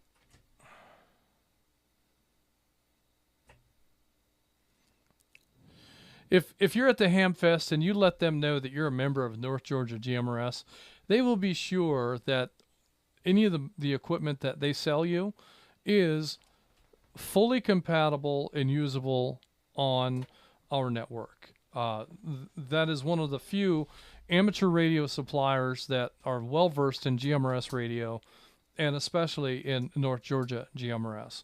So it's not a limitation in terms of we don't want you to buy a particular radio. It's a limitation in terms of which radios are legal to use in GMRS service. And that really boils down to Part 95 radios. And there's really a wide range of proliferation of that kind of radio in the market these days. It just wasn't there prior to 2017. So it's great to have all those options, but the other thing to consider, if you want a little more function, feature, and power and performance out of a quality radio, is a commercial Part 90 radio.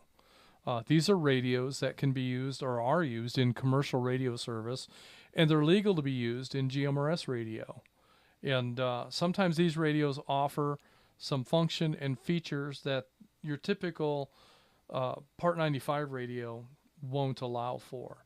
But the other thing that you'll get out of a Part 90 radio is a level of quality and performance and price.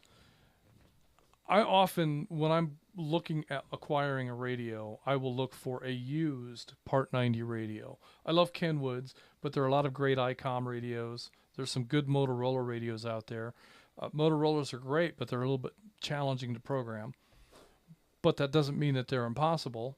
So they're worth the effort. But definitely consider a used Part 90 radio. Often a good radio can be had for $100, $150. You might spend $200. The market's drying up and the prices are going up.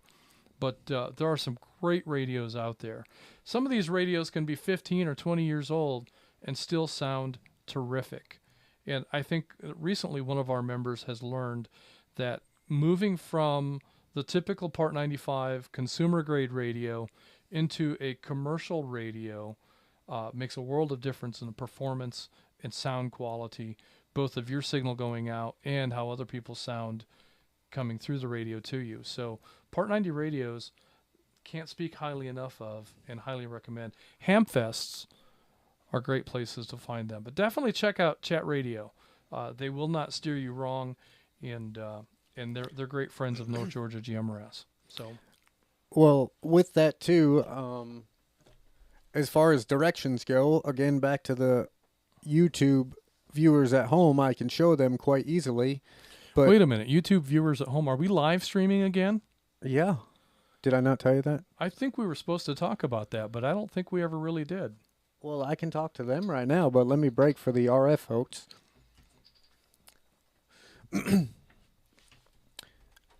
So we discussed where the event is. It's going to be East Ridge Community Center, and we gave the address of 1515 Tombras Avenue. But once you get to the event, the North Georgia GMRS booth is right by the main entrance. As you walk in the door, we will be right there to your left. We have this whole big row of tables right here. Right to the left? Right to the left. Not left to the right. We'll be right on the left. So as you enter the door... I have a map. I can point to it. As you enter the door, look to the left. Yes, that's where we'll be. That's where we'll be. Right to the left. They knew what I meant. And if they didn't know what I meant, they could go back and watch where I'm pointing the mouse at the map. So back to the live stream. In North Georgia GMRS is we are now going to, mostly weekly, there may be some exceptions, but we plan to present a weekly live stream of the net. So if you want to go to your laptop, go to your desktop computer, and search for North Georgia GMRS Network on YouTube, you should be able to find our live stream. Yeah. So we have organization to our YouTube channel now too. We have nets organized by year, and we also have a playlist for all the separate episodes of Julie's Tips. So, and that's something that you might find interesting, is going back and looking at some of our past live stream efforts, and it'll be a good opportunity to kind of compare, what we've done in the past versus where we are today, and the quality of the presentation, and we hope... Or downgrade of the presentation with the knuckleheads he's got running it now. Well, yeah, we do need some qualified producers for the or at least some talented actors. Well, the talent is a little wanting as well, that's for sure. But definitely check that out. And while you're there, be sure and like and subscribe. That helps the channel a lot. And commenting on the videos also helps a lot. So we'd love to see what you think, and any remarks about what you think we could improve on, or where you think we're missing the mark, whether it's the way that we speak, whether it's the way that we make video cuts and transitions, the content that we produce. We'd like to hear your feedback, and please like and subscribe on the YouTube channel, and maybe we'll get to the place where that channel will monetize and help pay for some of the toys that we play with. Get some better toys. Get some, yeah, and maybe even get the right toys. Maybe we can get the microphone in front of your face. Maybe we get that TK 8180. It's the 8180 that you're looking for, not the 8190. 8180. That's the one you want. Did you have anything else, Eric? We went way off topic, but Eric, did you have anything else to add? I think we answered all your questions. Yeah, I was wondering where y'all was going with that. We were too. And you said it, I didn't. You was way off topic. But the only thing, other thing, I can't even talk. The only other thing I got to say is when I said good evening to you guys, I totally forgot about Miss Lisa back there. So good evening to her as well. That'll be all I got, Net Control. Have a great net. All right. I'm not sure who Miss Lisa is tonight, but on Monday nights, that would be David and Lisa. All right, Rocky. We're a little confused because we don't have a Lisa with us this evening. Kate was here, and Julie was also here. Lisa is typically on Monday nights. So she's in the live stream chat, but she's not here. Okay. All right. Well, Lisa in the live stream chat, wave to Rocky, and Rocky, go check out the live stream. All right. With that, let's go ahead and move on. Next on our list is Atlanta. Is that 590? That's correct. That'd be Bradley. I need to enlarge this so I can read it. You got a 43-inch monitor and you can't read the log? No, that's right. That's exactly right. Bradley, did you have any questions or comments for the Hamfest coming up? Do you plan to attend?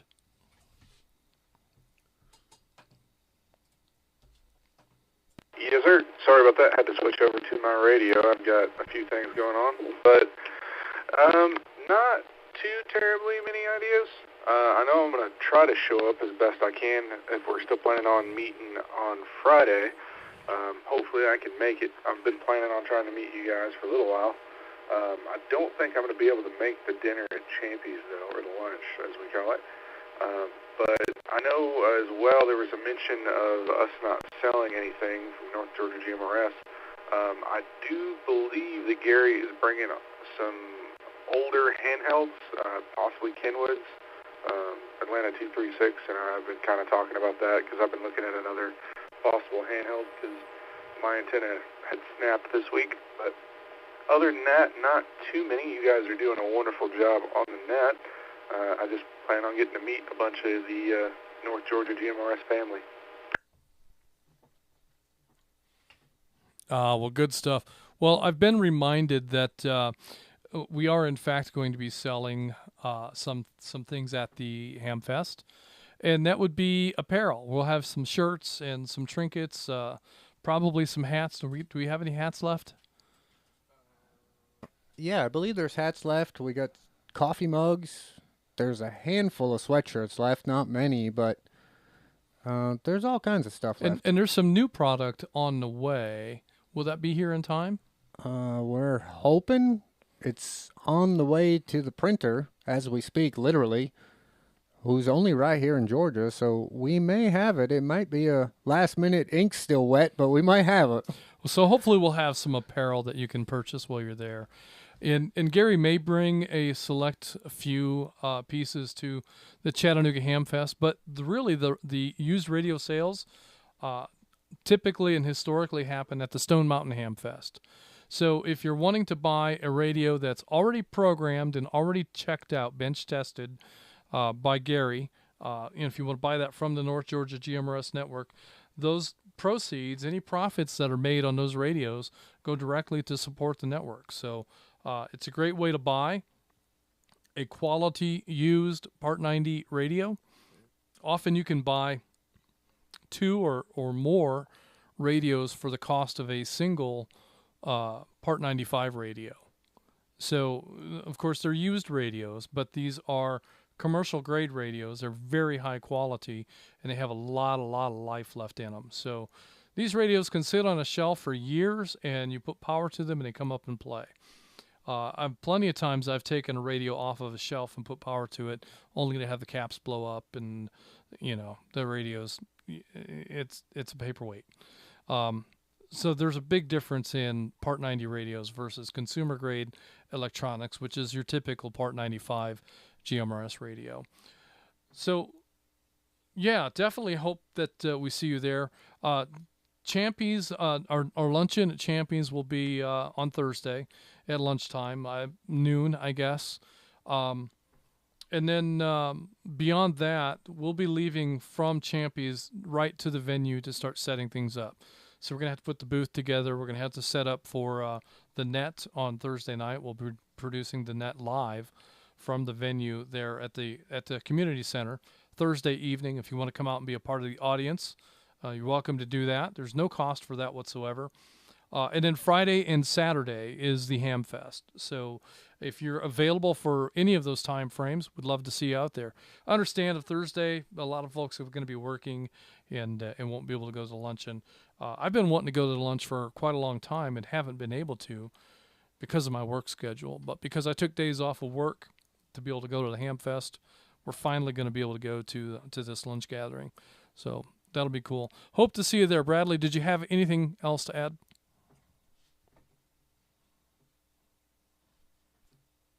The other question was going to be hopefully that you guys are restocking the polos soon, because I'm not a small person, and I think the only size currently that I'm seeing on the website is those larges. Hopefully you guys have 2Xs. I'm going to be snagging one of those if I can at the Hamfest. But other than that, that is everything from me.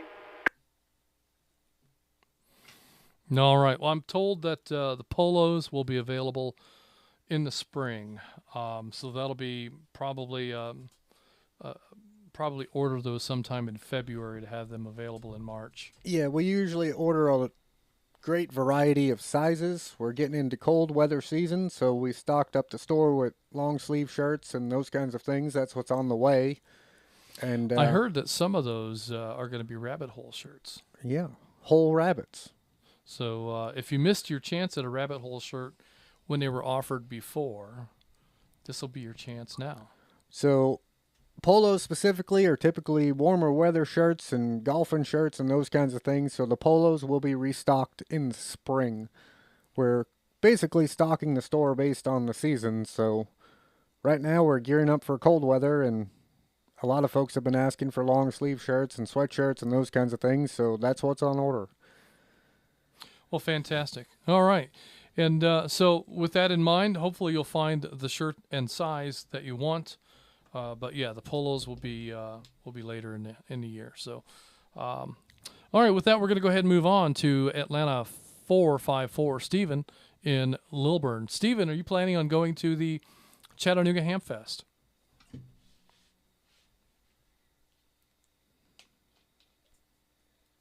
Good evening, gentlemen. No, I won't be making it to the Chattanooga Hamfest, but I am looking forward to going to the Stone Mountain Hamfest. That's a little closer to me. Hopefully picking up maybe a new radio or a couple of toys, maybe some North Georgia GMRS swag. Hopefully not too much stuff to get kicked out of the house with. The North Georgia GMRS swag. I've ordered stickers for the Stone Mountain Hamfest. I don't have them here yet. Probably by the end of next week they'll be here. But we do have Chattanooga Hamfest stickers. So there are a limited number of those stickers. Those will be available for free for the asking. So until we run out. So hopefully you'll be there in time to get yours. And as far as other swag, what swag do we have? We have, like the mugs. We have hats. The mugs, hats, T-shirts. As Bradley said, there's a few polos left. There's some sweatshirts left. I know I'm forgetting stuff. Yeah. It's on the store, which there's a link to the store on the website. So all of the items that are currently in the online store will be present for you to purchase at Chattanooga Hamfest. And no shipping costs. Correct. No shipping costs if you purchase them at the event. So for those watching YouTube, you now know what Kate looks like. So go find her at the Chattanooga Hamfest and tell her what you're looking for. Yeah, she's either got it or we'll order it. Yeah, one of the two. Also, I'm being told, with regard to Chattanooga Hamfest, is there's some serious traffic concerns in that area due to road work. Ronnie just made mention that for folks coming from Georgia northbound are going to want to get off at exit 1 Eastridge because all of the other roads are blocked due to construction and road work. So if you're coming from Georgia going up there, exit 1 is your key. All right. So you don't get tangled up in a mess. Good to know. Yeah. Okay. And when is that? That's coming up pretty soon, right? That's this week. A week from today. A week from today. Tomorrow. The Hamfest will be a week from tomorrow. Yeah, but our side of the fence will be kicking off a week from today at this time. Right. So, all right. So, oh, that's way better. So good stuff. All right. Did you have anything else? That was Bradley we were talking to, right? That's no. No, we're talking to Steven. Oh. Well, you didn't check the box. Oh. Yeah, no, I didn't check the box. So, Steven, we will see you up there then. Oh, you said you were going to go to Stone Mountain. So we're probably not going to see Steven at because he's got to go all the way from Lilburn. But we'll definitely see him at Stone Mountain, and we'll have the same swag, less whatever sells at Chattanooga. And most likely we'll have the long sleeves available at Stone Mountain. Oh, for sure by then, yeah. Yeah. So, and check the store. If there's anything you want, you can place an order now, and they'll pull that item out and bag it up with your name on it, and you can pick it up either at Stone Mountain or at Chattanooga Hamfest instead of having it shipped. That's right. All right. Let's break, and we'll get through this cluster of in and outs. I'd like for Ronnie to talk about Champions. Ronnie's having issues this evening, technical difficulties. Okay. We have 3 in and outs next. We had Chattanooga 6'9", Ronnie, who was having technical difficulties because we were looking for some input about lunch. But with his technical troubles this evening, we'll move along, and maybe we can talk Jim into giving us some lunch details if he's listening. Next on the list after Ronnie was McDonough 22, Mr. Tim down in Stockbridge, also in and out, as well as Chattanooga 179, Brett in Chattanooga, which brings us to Chattanooga 60, Jason, who we've already spoke to first. We went out of order. And then we have CW 52, Jake from Watkinsville, or State Farm in Watkinsville. Either way. Jake, do you plan on attending either the Chattanooga or the Stone Mountain Hamfest? I know Chattanooga is probably a hike for you from Watkinsville, but Stone Mountain's within reach. And are you looking for anything specific when you get there?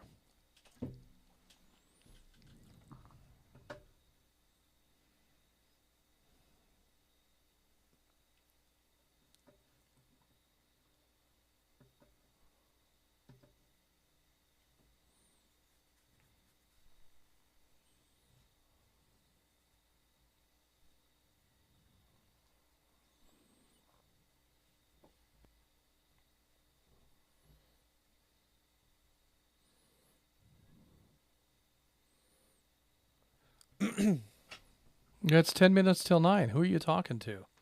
I guess I'm not talking to anybody. All right. All right, we're going to go ahead and mark Jake as in and out and continue on with the program.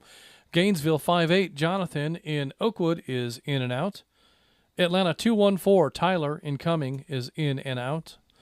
Atlanta 551, Shannon in Dawsonville is in with us this evening. Shannon, are you going to the Chattanooga Hamfest, and anything in particular you'll be looking for there?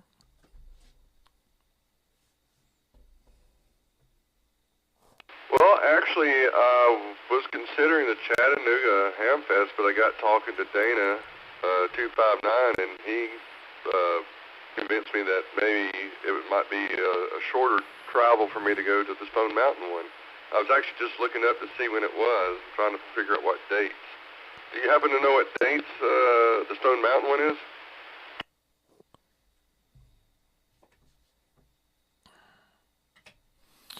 Yeah, Stone Mountain is going to be November 4th and 5th, I believe. Saturday right. and Sunday. First weekend of November. Yeah, so, yeah, and that may be a shorter drive, but one thing that is going to be happening at Chattanooga that will not happen at Stone Mountain is the live net on Thursday night. So, of course, the Hamfest won't be open.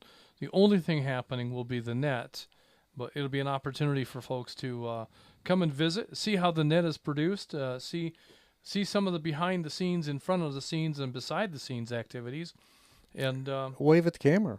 Yeah, wave at the camera, and actually be able to participate live on the air. So we'll have a microphone at a podium for folks to be able to check in from the live audience. So just to clarify a little bit, there's things that we do at Chattanooga Hamfest that we don't do at Stone Mountain Hamfest, and there's things that we do at Stone Mountain Hamfest that we don't necessarily do at Chattanooga Hamfest. Oh, like the Go Box competition. Yeah. Let's not go there. Anyways, so there's advantages, if you can make it, to going to both. There's the forums that we do at Chattanooga Hamfest that we don't typically get involved in forums at the Stone Mountain Hamfest. And, of course, we have lots of radios for sale at the Stone Mountain Hamfest, but we don't bring the radios to the Chattanooga Hamfest. So there's pros and cons and reasons to attend both. There's really no reason to sit at home for one and wait for the other one, because there's things happening at both that you may be interested in. Yeah, and also opportunities to help out. Like if you come to lunch at Champy's, maybe you'll come on down to the venue and help us unload and get set up on Thursday afternoon. So that's what we'll be doing directly after lunch at Champy's. And you definitely encourage you, if you're able to attend both, to definitely do that. And if not, then one or the other is good. I'd hate for anybody to miss them both, but at the same time, I understand that Hamfest is just not the kind of thing that a lot of people. It's basically it's a radio oriented flea market. So people will be bringing antique radios. They'll be bringing boxes full of pieces and parts, and people will bring junk. But sometimes that piece of junk that people brought is just what you're looking for. And I've soldering irons. I love the old Weller transformer type soldering irons, and that's a great place to buy them, because when you buy them from Amazon or you buy them from the hardware store, you pay full retail. That's no fun. But when you can buy them for a third of retail at the Hamfest, and sometimes they're in almost new condition. I bought one once that was brand new at a Hamfest for, I think, $15. So I love that style of soldering iron. Nobody else seems to like them, but I don't. But I do. So, well, I do a lot more of it than you, especially with these audio cables. Those are just too big and bulky to do audio cables with. So that's one of those things that Jeff. Let me break.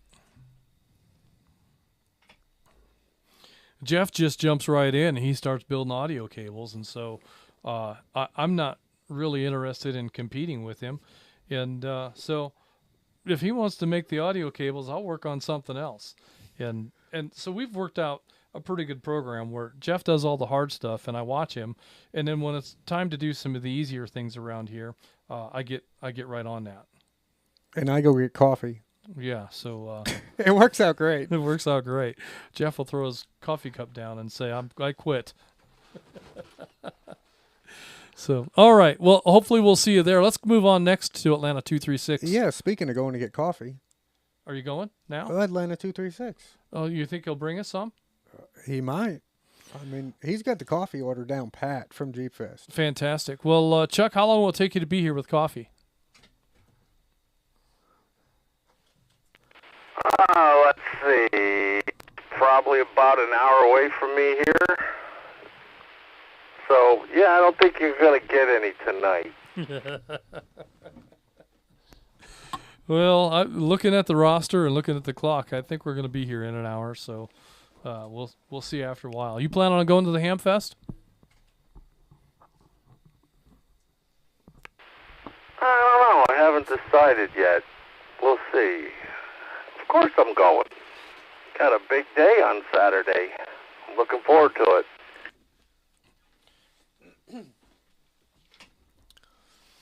Yeah, I think so. I think it's going to be a lot of fun, and it's kind of like the Jeep Fest where you get a chance to meet some folks, but at the Hamfest, we're going to meet more of the membership folks than we probably saw at Jeep Fest. So that'll be a nice thing to, put more of the membership faces with TAC numbers and get an idea of the who's who of things, and it's great to be able to just see somebody and ask them how you doing and what's your thing and what do you do for fun when you're not on the radio, and just get to know people. So that's one of the things that I like most about these events.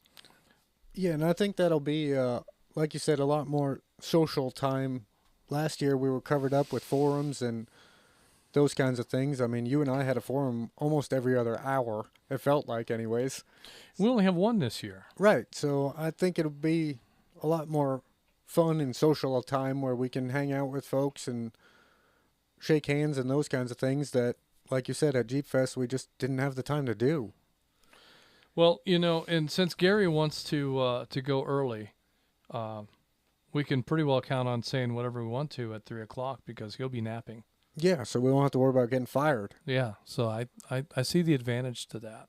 And especially, well, if we live stream it, he can go back and watch it. But he probably won't. We'll just edit it. Yeah, there you go. So, very good stuff. All right, Chuck, is there anything in particular you're going to be looking for at the Hamfest? A piece of equipment, a particular radio? It's my understanding he's looking for a piece of paper. Piece of paper. With a new FCC call sign on it. Well, that would be interesting. He probably won't get that piece of paper, but he might get an email if he passes the test. That's right.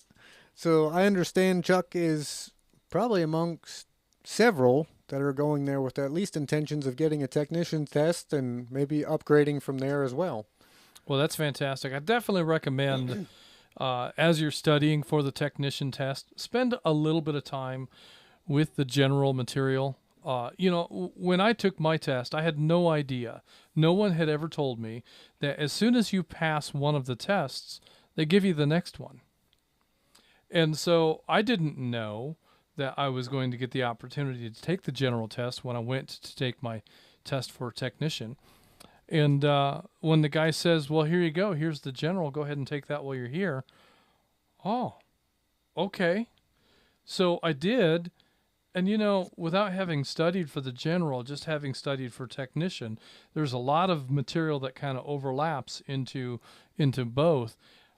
I missed becoming a general by one question. Had I studied just a little bit, I might have gotten, the tech and the general at the same time. So that's why I say focus on the technician, but once you feel like you're passing your practice tests regularly, go ahead and pursue the general as well.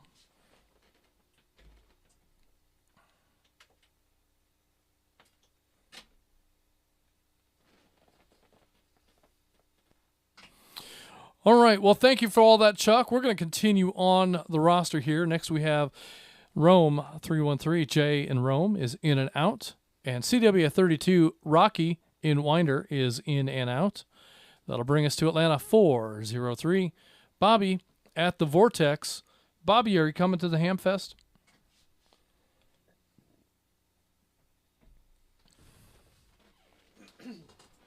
Yeah. I'll be at the Hamfest with Mr. Joe, Gainesville 44 right here. And I'll be looking for tubes.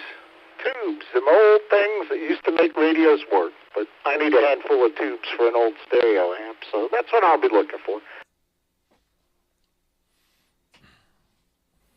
Well, that's good stuff, and there's a good chance you'll find what you're looking for. They still make tubes. Oddly enough, I don't think they make all varieties of tubes, but amplifier tubes are still pretty common. They're used in a lot of guitar amplifiers, even today. And there are hobbyists that make tubes. They're not cheap, but there are people out there that'll make them, 1 and 2 and 4 at a time, and make them in their garage or in a small shop someplace. Fascinating stuff. If you ever get a chance to watch how a tube is made, it's really fascinating how all that stuff gets put together, and then the glass envelope gets assembled over that, and then it gets vacuumed out. So it's a metalwork, glasswork, gas vacuum magic trick. Magic trick, right? And it is. It's all of those sciences kind of rolled up into into one practice. So if you ever get that opportunity, I highly, highly recommend exploring that. But good stuff. Looking for some tubes. All right, and so you'll find some tubes at the Chat Hamfest, and we'll look for you at the booth and spend some time with you. You've already seen the studio here, so there's no attraction here for you for that. He might want to see the live stream stuff. You might, yeah, because we didn't have any of that available at the Jeep Fest. So that'll be set up in one of the forum rooms. We'll plan on that. With that, let's continue on. Next, we have Atlanta 637 Dave in Kennesaw is in and out. Atlanta 259 Dana in Dahlonega is in with us this evening. Dana, are you planning on going to the Hamfest?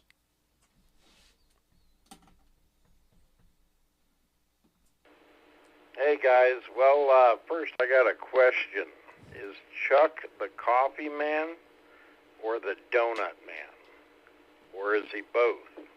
A little conundrum there. Anyway, unfortunately I will not be able to attend the Chat Hamfest. I will be going to the Stone Mountain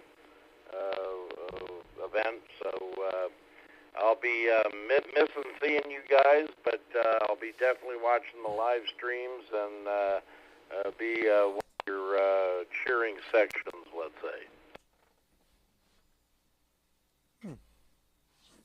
Well, very good stuff. We definitely look forward to seeing you at Stone Mountain, and it was great to see you up at the flagship site a couple weekends ago. And I think ultimately, to answer the question, it's coffee and donuts. I forgot about the question. Yeah, it pretty much is coffee and donuts. The donuts are to keep you happy, and the coffee is to keep me quiet. And really, I don't need whole donuts. I just need donut holes. And not the pumpkin flavored. Yeah. For those keeping notes, yeah. Yeah. He can go without the pumpkin. That's right. The rest of them are just fine. I don't know that I have a favorite. I pretty much like them all. So the assorted Munchkin box is my treat. All right. Well, Dana, did you have anything else to add before we move on? I did, and I'll make it real quick. I was under the understanding that Atlanta 236, Chuck, was not just going to take his tech test, but was practicing most diligently for the general exam as well. So I thought the gauntlet was already thrown, but now I'm throwing it.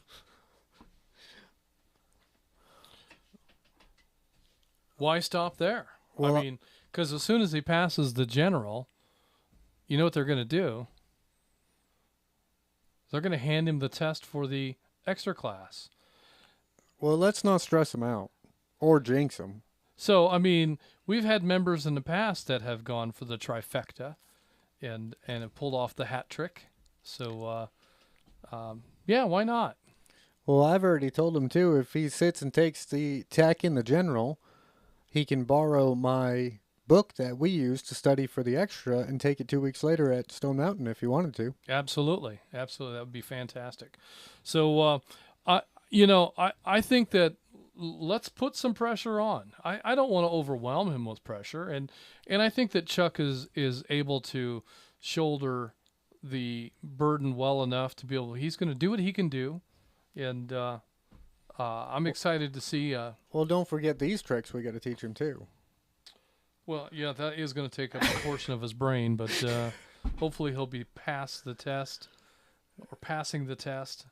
This is part of the test, so it's all radio.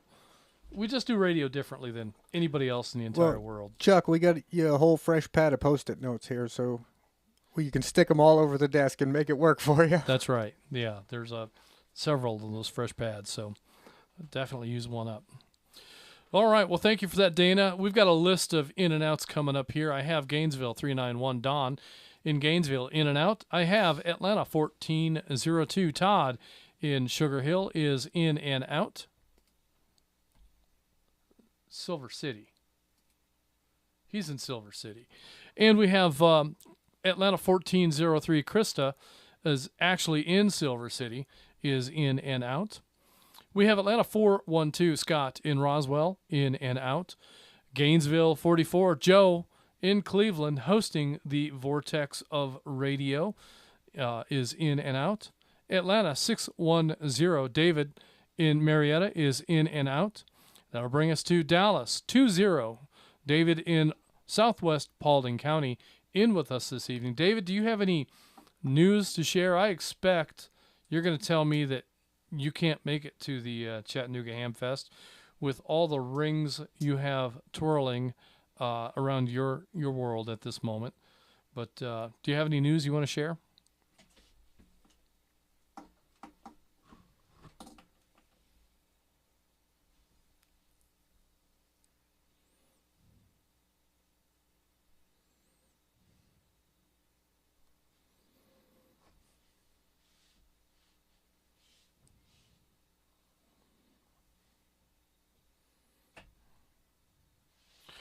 All right. Well, when is the next Rabbit Hole Net scheduled?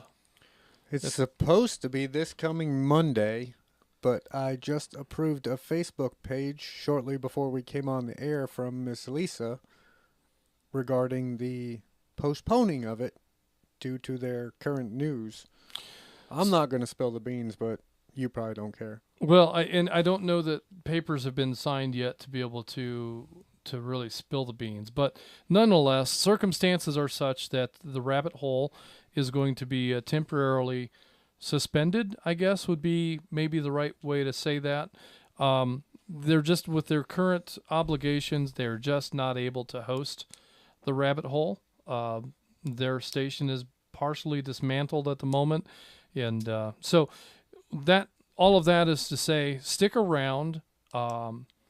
They'll be back on the air. They're excited to get back on the air, and we're looking at alternative options to get them on the air as quickly as possible. But that may be a little bit. And be patient. The Rabbit Hole will definitely be coming back, but we are going to miss at least an episode, and maybe 2 or 3. Probably 2. Probably 2. It could be more than that. I don't know. But we're going to put some things into play to try to get them back on the air as quickly as possible. And so be on the lookout for the return of the Rabbit Hole. Well, he just sent us a message here. Let's see if we got him now. All right, David, are you able to come on the air?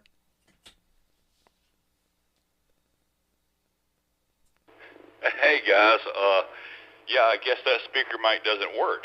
So, yeah, can you copy me? The hand mic sounds excellent.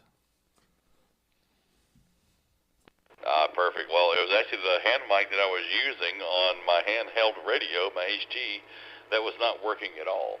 I'm sitting here talking, unkey, and you were talking, about the Rabbit Hole being postponed. And yes, for Chattanooga Hamfest, I do plan on being up there on that Saturday, hopefully, depending upon scheduling. So we'll see what that happens, as closer we get to it. And yeah, the Rabbit Hole Net is postponed temporarily until we get moved and get settled in, and hopefully it won't be too much longer. I'm anxious for the Hamfest. I've got a shopping list of things I need. One thing I wanted to add, though, if you are planning on looking at a Part 90 radio, do your homework before you go to the Hamfest. There are multiple commercial radios that look identical, but they may be out of the frequency range that you need. So make sure you do your homework, and most of them have the serial number or FCC ID number that will tell you what frequency range they're in.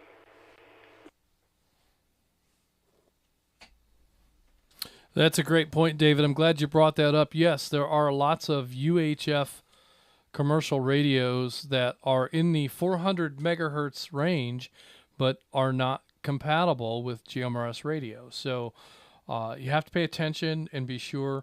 I think mostly that's going to be the way that Kenwood Radio breaks up their frequency splits. So, like for instance, the 880 comes in 3 different frequency ranges, and one of those 880 variations will not work for GMRS at all. But then you got the ICOM Part 90s where you can use either one as long as they're UHF. GMRS is in both band splits. In both. So it just depends on which radio you're looking at and what the band split or the frequency range of that particular radio is.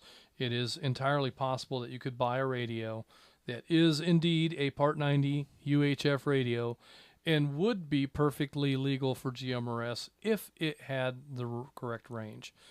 So as David says, do your homework, and if there's a particular radio you're looking for, then determine whether or not that radio has the frequency split that you need for GMRS. So, well, the other thing with commercial radios is the VHF and UHF look identical. A 7180 looks just like an 8180, but it's not going to help you on GMRS. That's also true, and there are a number of radios also that will have a frequency range that approaches but doesn't cover. That's right, and that's what you got to be on the lookout for. Be sure you do some homework and understand what the radio is, and ask. The vendors usually will know just what the radio is, and if it won't cover you, they'd rather sell it to somebody who can put it to use than. Nobody wants to sell a radio at the Hamfest that someone can't use. Well, the other thing you can do, too, is if you have it pulled up on your phone, you can run the FCC ID number real quick, and the Part 90 certification should tell you the frequency range for that number. That is true. So if there's any dispute, and maybe the seller doesn't know, I pulled it out of a school bus. Maybe he's literally unaware of that radio.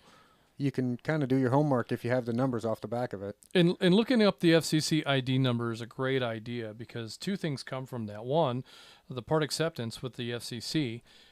It is a ham fest, and there will be a number of radios there that are ham radios that are not allowed on North Georgia GMRS. So if you can find... Or GMRS in general. Correct, on GMRS in general. That is an FCC rule. That's one that we didn't make that rule. That came from the radio police, the feds. So something that we have to abide by. Let me break.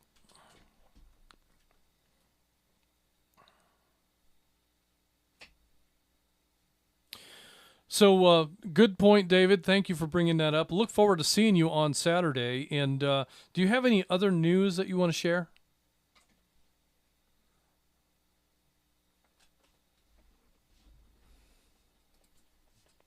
Well, I do. Yes, sir, I do. Matter of fact, since we're not having the rabbit hole that's coming up Monday, we do have the rabbit hole time slot there. So if anyone would like to, start up a rabbit hole, not a net, a round table, if they will, and keep the conversation alive while we're postponed and busy packing, we would, love for the members to get in and get involved and, take the reins for a little bit. That's a very good point, and definitely we can, even though David and Lisa won't be hosting the Rabbit Hole Net, there's no reason we can't, as a community, gather and have a discussion about all things prepping, whether you want to talk about food preservation or you want to talk about conserving water, or anything related to the prepper or the conservation of resources, so that you can sustain whatever may come, I think is the goal of what we're trying to do with the rabbit hole. And there's no reason not to have that conversation, even if David and Lisa are not there to moderate it. So we definitely encourage our membership to engage on the Monday nights when David and Lisa are not on the air, and in particular on the Monday night that the rabbit hole is normally scheduled. So the rabbit hole will resume its normal schedule just as soon as they're able. But for the short term, the next several weeks, they've got more on their plate than they can process. So let's give them some space and some help where we can, and get them situated so that they can get back on the air. All right, David, and with that, I'm going to go ahead and move on unless you have anything to add.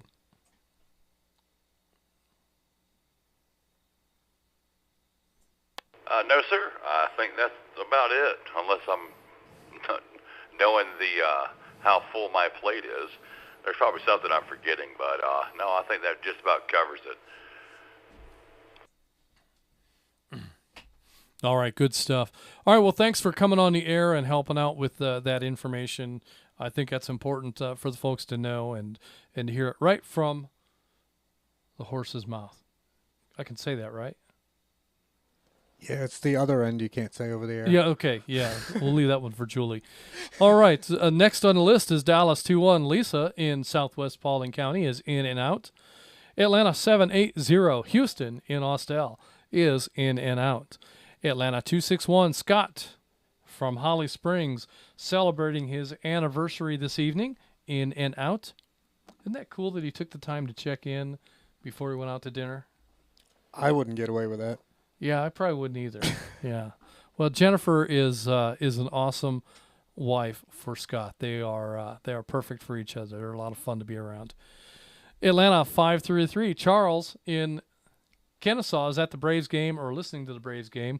He's engaged with the Braves game and hope that he's having a great time with that. He's in and out tonight.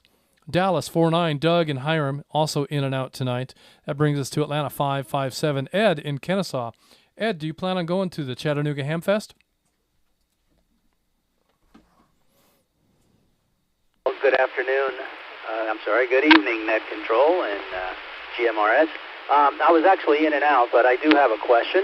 I am not, unfortunately, going to the Chattanooga Hamfest, but plan to attend the Stone Mountain one in a couple of weeks, and was wondering if Vanguard was going to be there and if we would be able to tour it.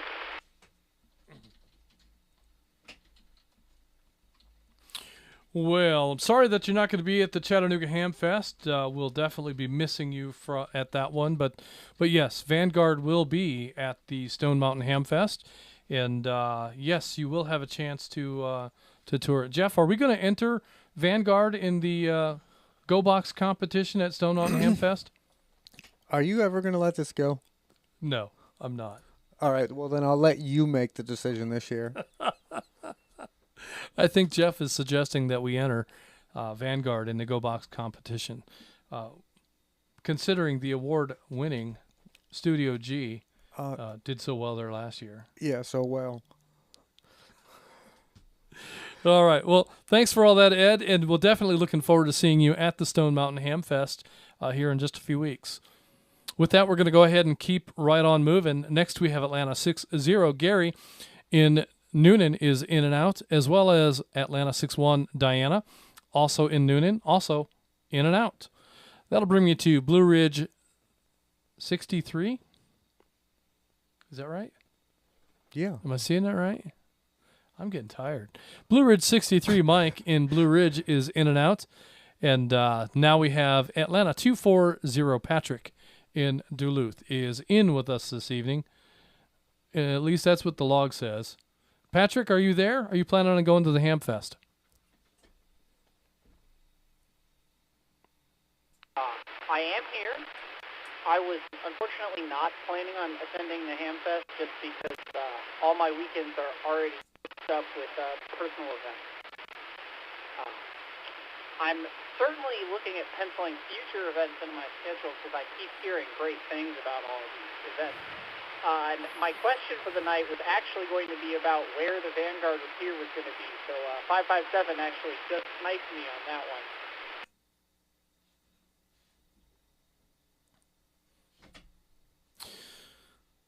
All right. Well, I'm heartbroken that you've got other things scheduled during the Chat Fest and the Stone Mountain Hamfest, but that's okay. There will be more events coming, and hopefully you'll be able to attend some of the things that are coming up. We'll have a kind of a quiet period for a while with not too much going on, but when the weather breaks, we come out on the other side of this thing that Southerners call winter. We'll definitely have some more activities to participate in. But with regard to Vanguard, Vanguard will be at both. Vanguard will be at the Chattanooga Hamfest. It will be located outside of the building very near the forum room, and we will be operating out of Vanguard as a talk-in station during the Hamfest. So there'll be opportunities for volunteers to serve in that role. And we intend to put the repeater on the air, but on low power. So anybody walking around or inside the building will be able to utilize it for HT coverage. But we have to keep it on low power because there is another owner's repeater on that same frequency up on Signal Mountain. So we have to be respectful to not cause interference. But we do want users to have local coverage on the grounds and be able to talk in the building and those kinds of things. So the repeater will be activated, but low power. So don't try to get into it while you're driving there, because that's probably not going to happen. However, if you are able to access any of the other linked repeaters, the folks that are operating Studio Vanguard should be able to respond and give you information and directions on the way in. So with that in mind, also Vanguard will be at the Stone Mountain Hamfest. Kind of the same scenario. We'll have operators volunteering to operate during the Hamfest operation, during the hours that it's open. So we'll have people there. And it'll be open for, some tours. People can come in and check it out, see what we've done, see how it's set up. And I would assume same story at Stone Mountain. The repeater will be set up on low power. Yes, low power is probably how the repeater is going to operate most of the time, probably with the exception being Jeep Fest. Yes, or other needed events where the power is critical, but we're being very conservative with power at localized events because we don't want to cause unnecessary interference. Yeah, so does that answer your question as far as deployments for Studio G for the short term? Vanguard, not G. Well, Studio G is going to actually be at both of them as well, but you're correct. I meant Vanguard.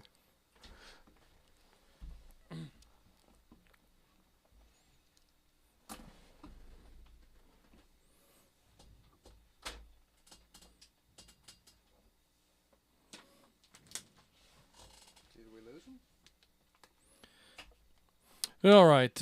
Hopefully that answered Ed's question. And with that, we're going to go ahead and... that was Patrick. Oh, that was Patrick. Yeah. Atlanta 240. Hopefully that answered his question. With that, we're going to move on. We had a guest check-in from WRQF 531, Sam. Sam, are you planning on attending either of those Hamfests, Chattanooga or Stone Mountain?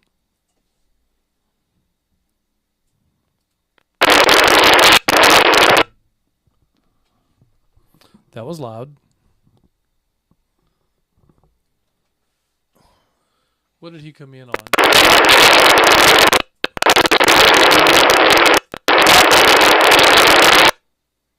He's clipping. We got to tell him to pull back on that mic. Even his check-in was ridiculously loud.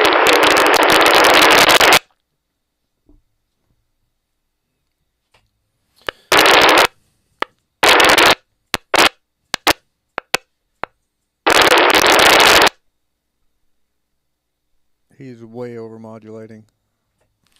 All right, Sam. I'm not sure what happened. We heard some noise, some overmod noise when you checked in, but this last time the overmod was so severe that we weren't able to make any of it out. It's very loud, and it's just pure distortion. So if you can try that again and maybe back off the microphone. Or back the gain setting down. Or, yeah, if you have a mic gain, turn that down because it's coming in so hot that it's all distorted. So if you want to try that one more time, we'll break for that. Okay, we'll do. I'll reposition my vehicle a little bit. I'm a little bit marginal in the repeater. Is this any better now? It's better, but he's still hot. And they're static, so the signals... I think we got both because Gary wasn't that loud. Okay, so yeah, we were just talking about your signal quality. We've got a lot of static in your signal, and your audio is better. It's readable, at this level, but there's static that will overwhelm you at times. So we got to figure out how to get your signal strength up and your modulation down. Because it's really tough. But let's go ahead. And the question was, are you planning to attend either of those Hamfest, Stone Mountain or Chattanooga?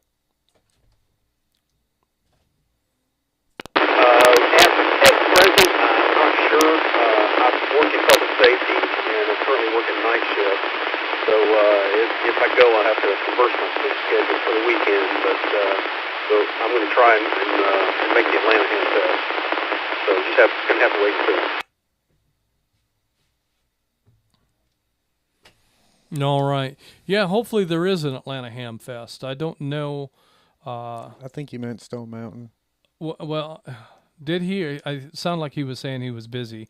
But in any case, Stone Mountain will be the first weekend in November. Atlanta Hamfest is typically in June. Yeah. But they've canceled so many times. Really don't know. We're not going to plan on attending the Atlanta Hamfest until we get to the place where we can be sure it's actually going to be held.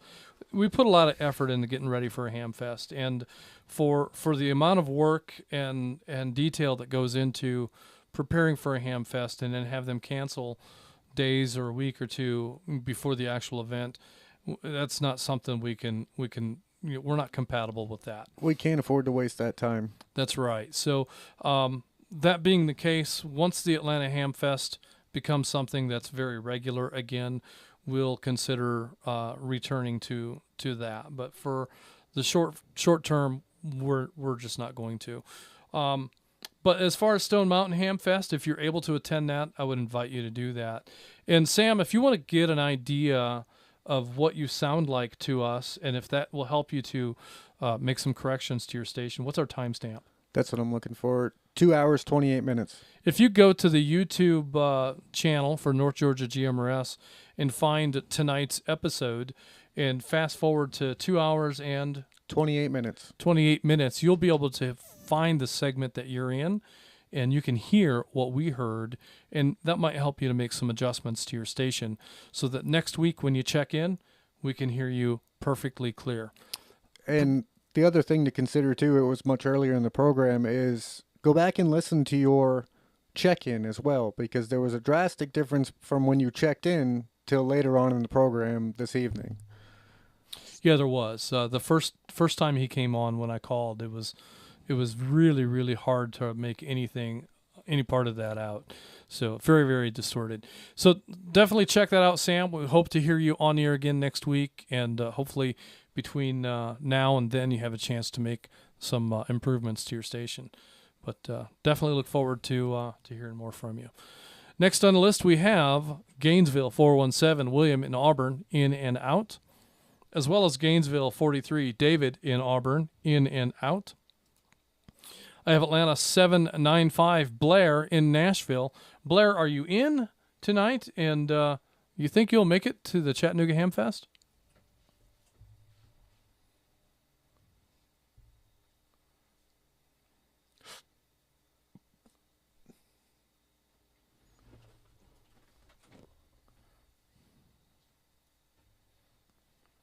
I'm giving you just a little more.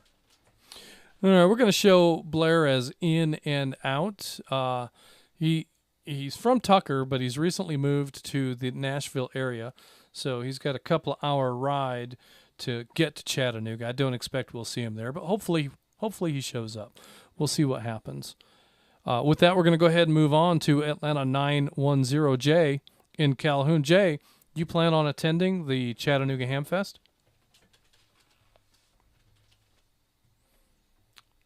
I feel like I can get off of the microphone a little bit more. That might be a good level. Well, yeah, I was watching it. You were getting real low at times.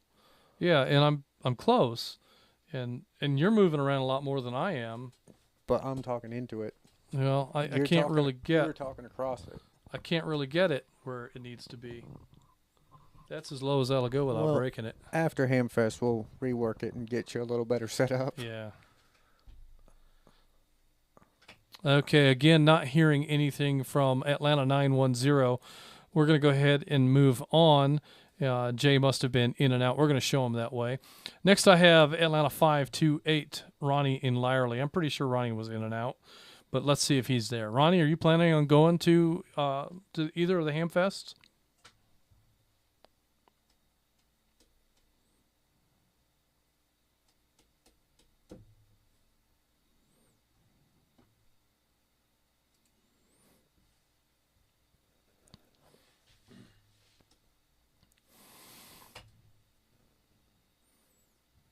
All right, we're going to go ahead and show Ronnie as in and out and move next to Atlanta 249, Jana in Loganville. Jana, do you think you'll make it to either of the Hamfests?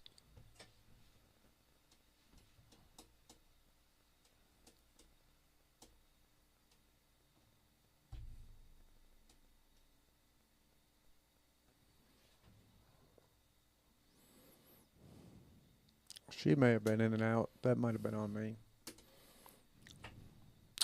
All right. And so just as information, because we're going to go ahead and show Jana as in and out as well as Ronnie and Jay and Blair. Whenever there's question, when we're taking our check-ins, if we miss the in and out, or if we're unsure, if any of that, our default is to check someone in, because the last thing I want to do is skip over somebody that wanted to be on the air. But at the same time, if you don't want to be, that's okay. And if we call on you and you're not there, we'll give you a moment to answer, but then we'll just go ahead and move on. So that's what we're going to do now.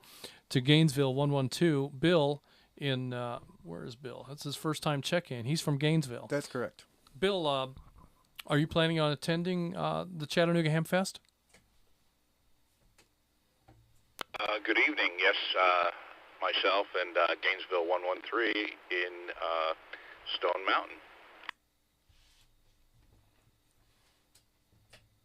All right. Yes, Stone Mountain will be the first weekend in November, and looking forward to that one. That's probably my favorite Hamfest of all that we attend.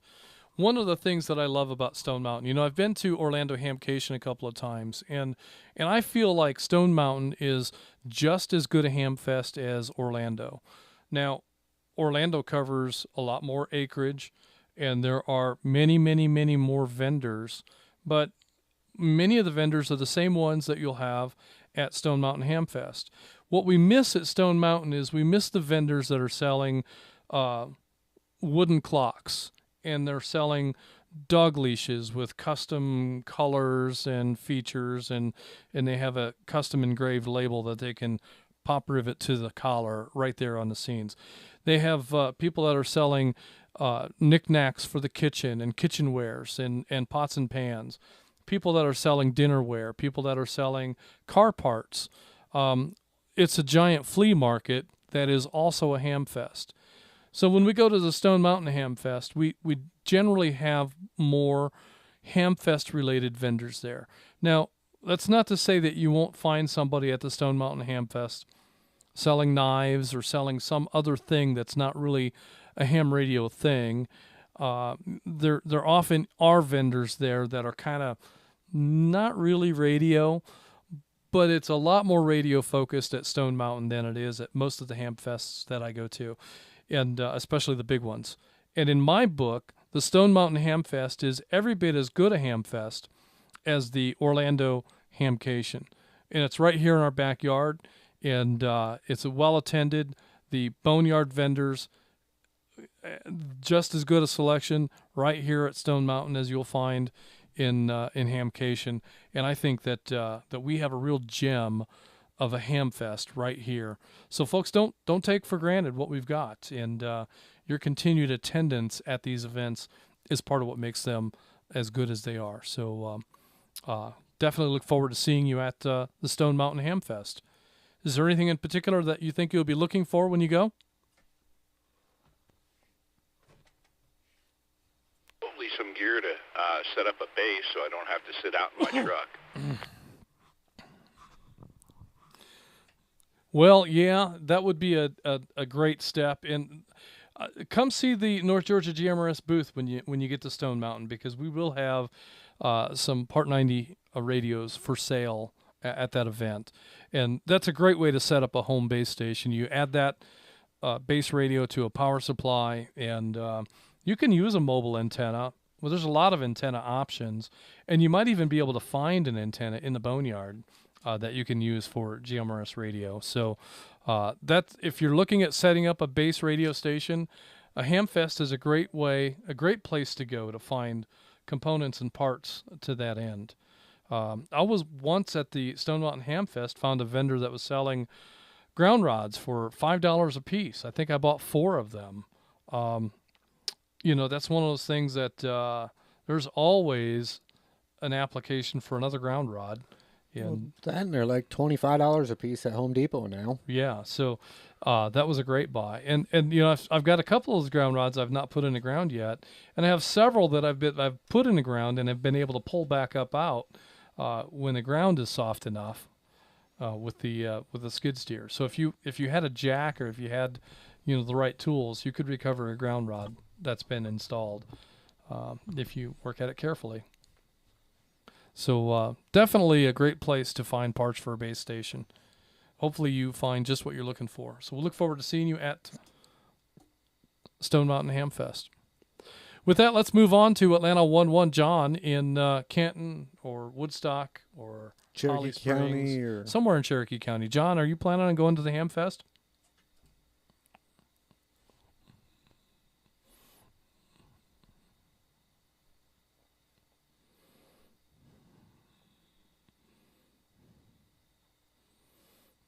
From Trenton, now I'm at the gym with Zello.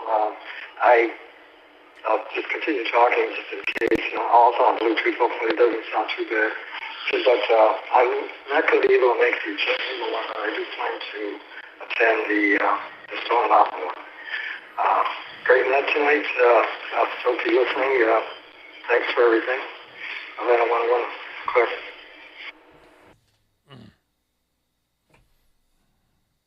All right, John. Yeah, we did catch you on Zello there. I was just about to key up, but then you came in. So glad we got your comments in there. I look forward to seeing you at the Stone Mountain Hamfest, and hopefully we can get whatever it is that you need to set up a base station right there at your place, and be able to more reliably participate. Zello's a great option though when conditions just don't allow. So glad to have you in here tonight. With that, we're going to go ahead and move on to Atlanta 849. Pamela in Duluth is in and out, as well as Atlanta 848. Ernest in Duluth is in and out. That'll bring us to Dallas 290. Isaac in Dallas is usually in and out, but we've got him in for tonight. Let's see if Isaac is there. And Isaac, if you are, do you plan on going to either of these Hamfests?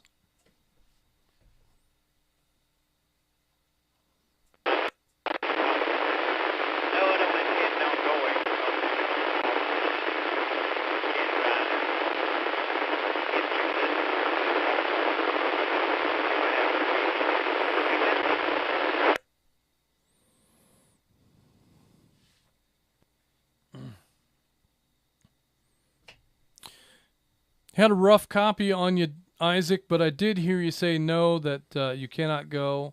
So I'm guessing that just by the tone that I heard, I'm thinking that you're not going to either one. But if you can show up at one of them, I hope to see you there. Either way, glad to hear from you tonight. Your signal degraded considerably. We're just barely able to pick you out of that noise. But nonetheless, we're glad to have you along tonight. And thanks for your check-in. With that, we're going to go ahead and move on. Well, before we move on, yeah, just an interesting stat here, because obviously some folks weren't listening to us at the beginning. So the YouTube feed, folks?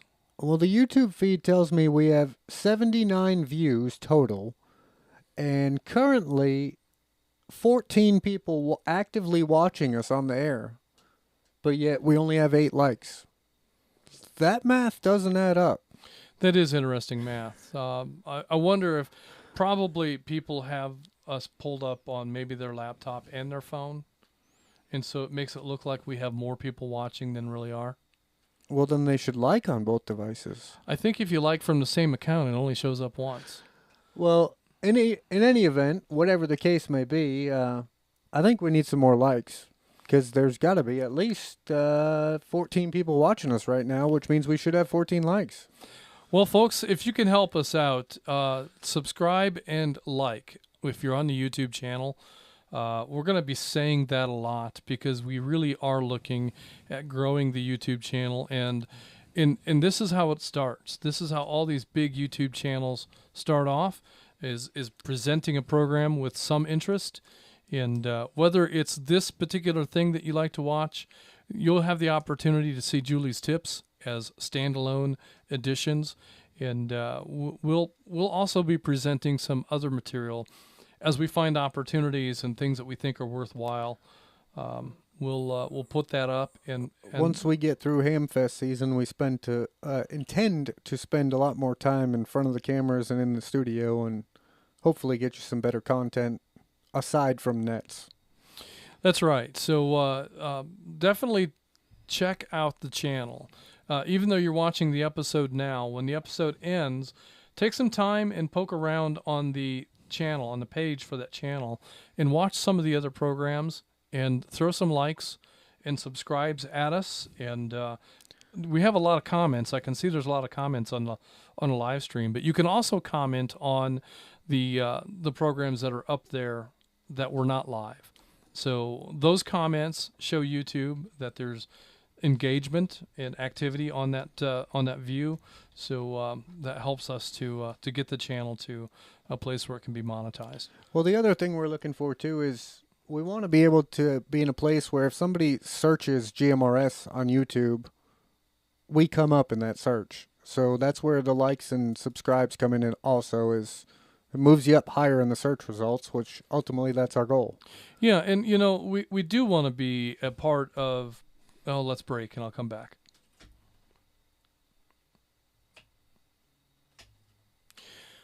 We do want to be a part of people's findings when they search on YouTube about GMRS, because you know, we try to present GMRS information in a meaningful way, and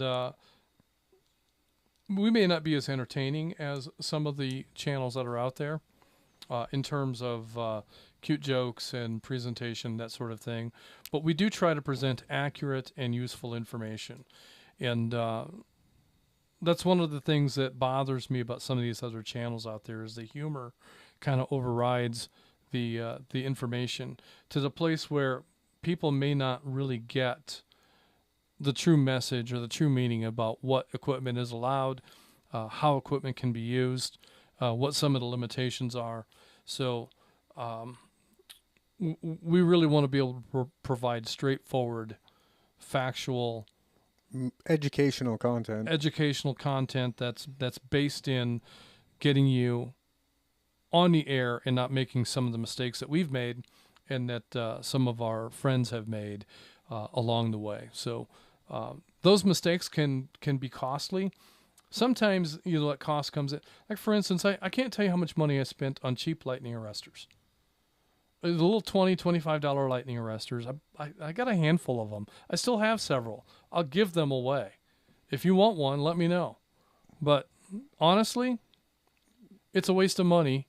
And if you get one of those cheap lightning arresters from me, you probably shouldn't install it, because you're really protecting nothing. And you probably won't talk to Justin ever again either, even though it was free. Yeah, because it puts enough noise in your signal, enough SWR imbalance in your signal. So that's one of the things that I've learned along the way, is it may be difficult to come off of $75 for a polyphaser. In some places they're $100 now. But that $20 that you spent on a piece of junk is $20 wasted. Save your money, buy the right equipment the first time. Don't make the mistakes that I've made and waste the money I've wasted on stuff that, you know. So am I a polyphaser snob because that's the only thing that I'll use for a lightning arrestor now? Maybe. But, you know, when I go into these commercial radio sites, I'm not seeing the Workman lightning arresters. You're not going to find those. You're going to find polyphaser, and you're going to find alpha delta, and that's pretty much it. That's right. You know, there's not much when you get into a legitimate commercial site. So if that's what the commercial users are using, commercial stations are using, and they're on the air 24/7. Nobody at a commercial radio operation is taking their antenna off the radio because a lightning storm is coming. Let me break.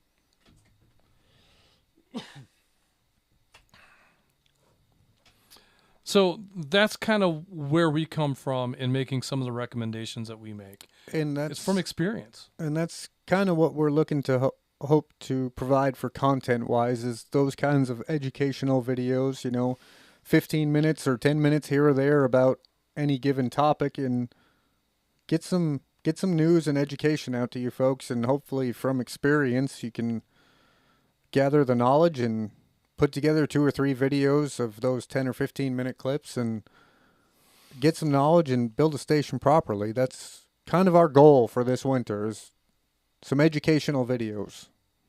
So your likes and subscribes and your comments on the feed and on the replays will go a long way towards helping us out to get to that place. If we can make the channel monetized, then that can help pay for some of the toys that we use to present this material to you.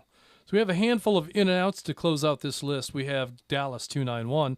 Mrs. Holt in Dallas is in and out. We have Atlanta 589. Don in Kennesaw is in and out.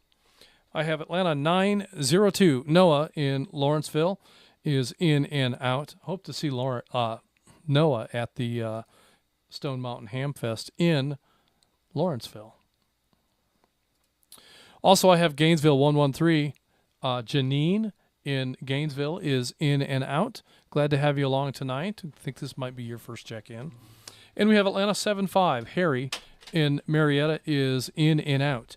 That is the end of the roster. So at this time, we're going to open the floor for any questions or comments. Can be related to the Hamfest, or it could be any other topic. Also, we're going to take additional late check-ins. So if you have a comment or a question, or if you'd like to make a late check-in, Net Control, standing by.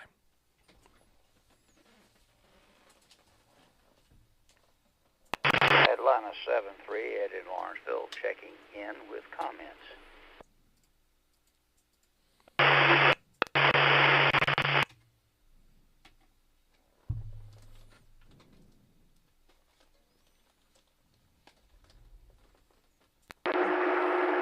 And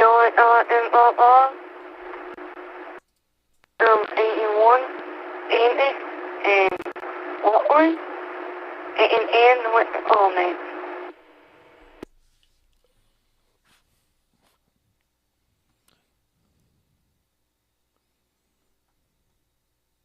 You keep logging check-ins if we get any. I'm going to give them a spoiler alert for the people watching at home. Okay. Oh, is that the sticker for Chattanooga Hamfest? That's right. It's a little out of focus. So there's a limited number of those stickers available. We're going to give them all away. We're not keeping any of them.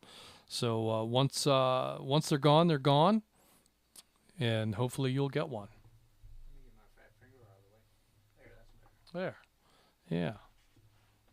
We'll have stickers for the Stone Mountain Hamfest as well. Same deal. Chattanooga 144 WRVA 679, checking in.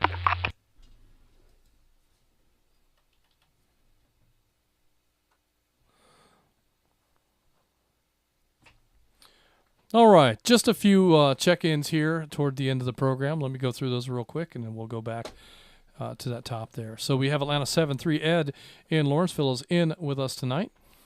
Cades Cove 81. There we go. Candace.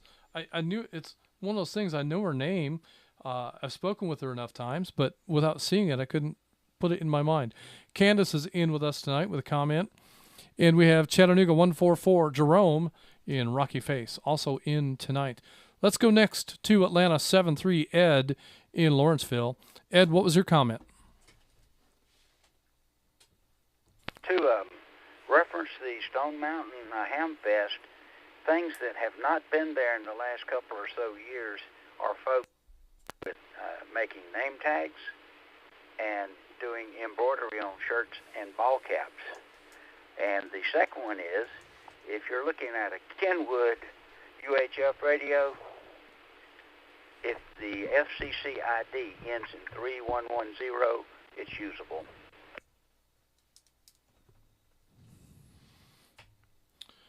3110 on the FCC ID. That's good information.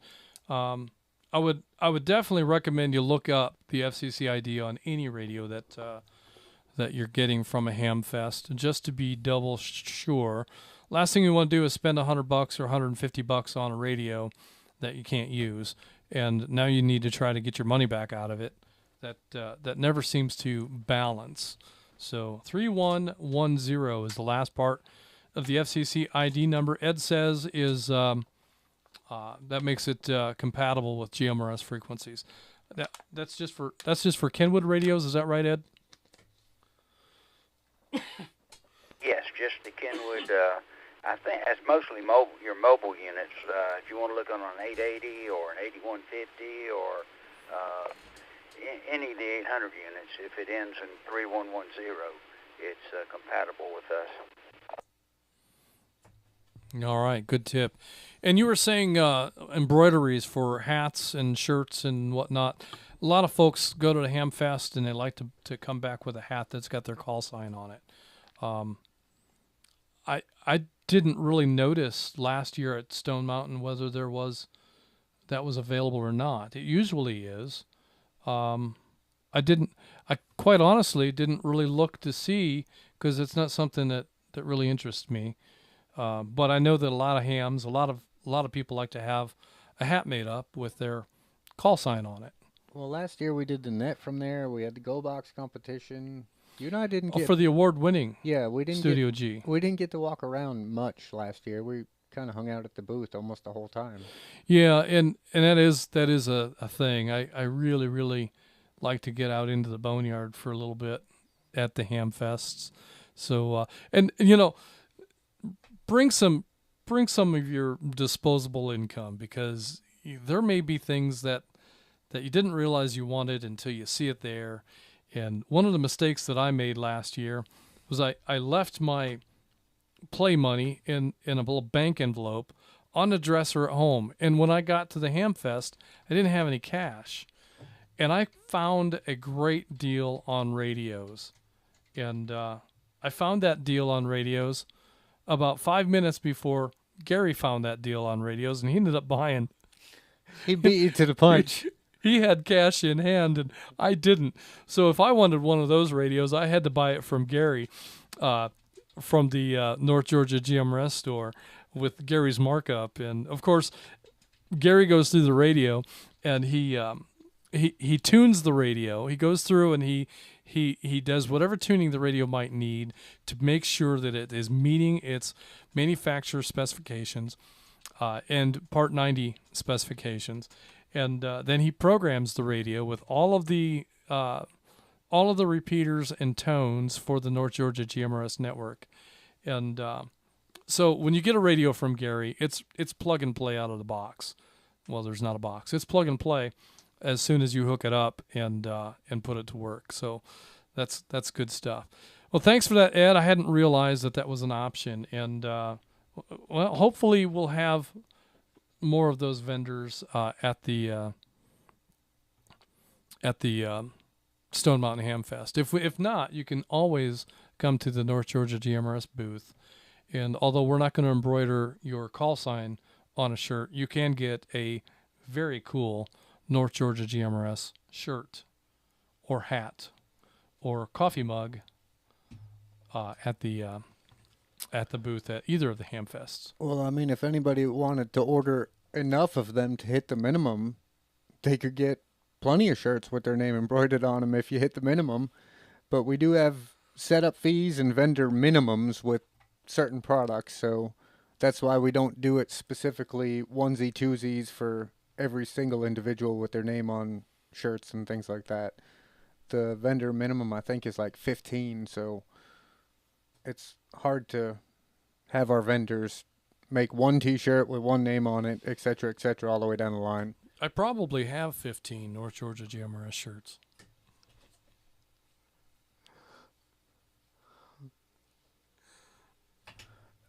But I didn't buy them all at once, and they're not all the same. So, all right. Well, with that, let's go ahead. And Ed, did you have anything you'd like to add after that?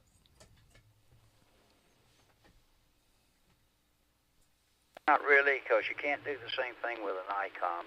You have to check your model number very closely, because sometimes they'll overlap with the same model number. Sometimes they'll give you very narrow windows. You have to be very careful when you get one of them. Other than that, I'm clear.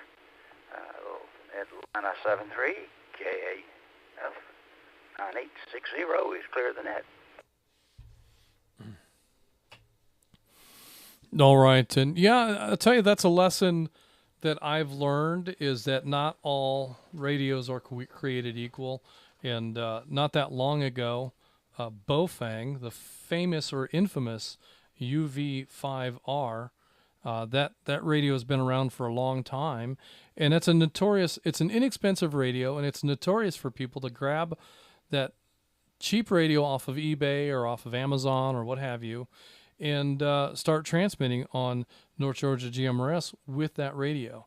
And for the longest time, that was it was not a Part 90 or 95 radio. It was a ham radio. Still is a ham radio. But with some firmware revisions, they've made that radio Part 95. And so the UV5R, some versions of the UV5R are Part 95 legal, and some are not. And the only way to know if the one that you're holding in your hand is a legal radio for GMRS applications is to search the FCC ID number to make that determination. So it can be confusing, and I think that Bofang did that on purpose to generate confusion, so that more of their UV5Rs will be used on the network rather than less. So I'm a little bit unhappy with them over that, but that's a separate matter. Next on our list is Cades Cove 81, Candace in Rockwood. Candace, you said you had a comment?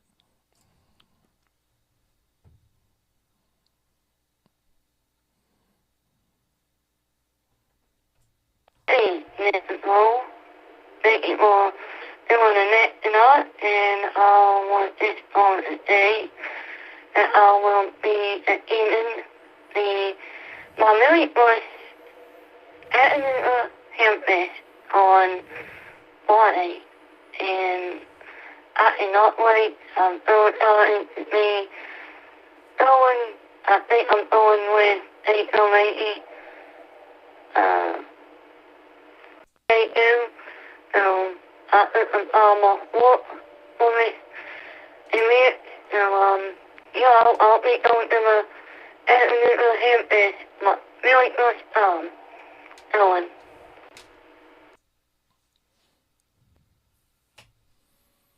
Well, that's great to hear, Candace. I look forward to seeing you at the Chattanooga Hamfest on Friday, and hopefully we get a chance to visit once again.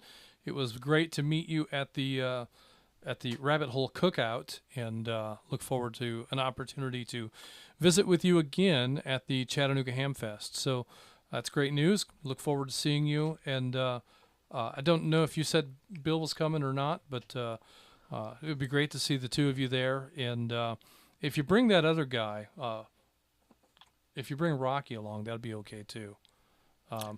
And don't forget, on Friday, the doors only open at 1. So don't rush over there first thing in the morning, because they won't let you in. Right. Hours on Friday are from 1 till 7? Yes. 1 to 7 p.m. So we'll be there. We'll probably going to dinner right after. So that'll be great to see you at the Hamfest this coming Friday. Did you have anything else, Candace?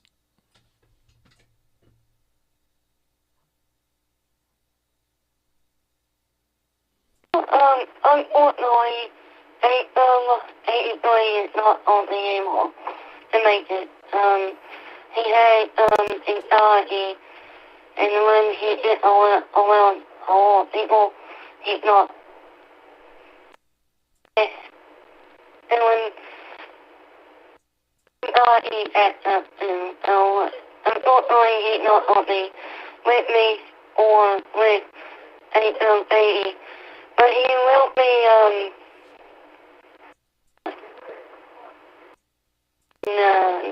radio on Nero on radio now.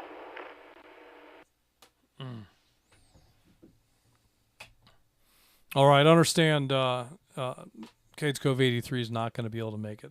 That's a bummer, but we'll catch up with him, I'm sure, at some point.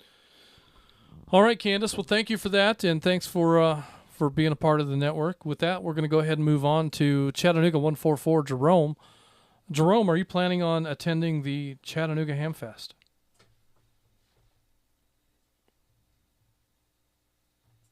Good afternoon, Justin and Jeff. I just happened to walk in a little bit ago and heard Meg going on. Catch you guys on YouTube, so I'm watching you too, which is pretty interesting. I had forgotten about this till I heard you talking about it.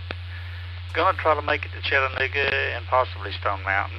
If you have those dates handy, throw them out to me, and I'm going to write them down and put them on the desk at the calendar here. I have neglected to do that.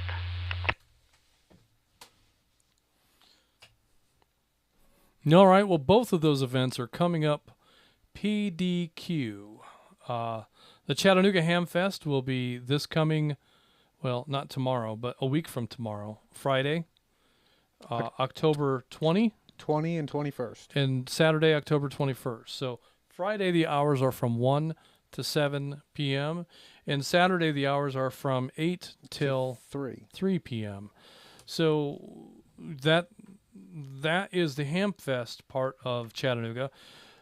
Thursday evening, we'll be hosting the Net live from one of the forum rooms at the Chattanooga Hamfest. So if you have the opportunity to come on up to Chattanooga Thursday night, you can sit in with us and be a part of the live studio audience for a North Georgia GMRS Thursday evening net. And then, of course, before that would be the lunch at Champy's, the monthly Chattanooga lunch bunch.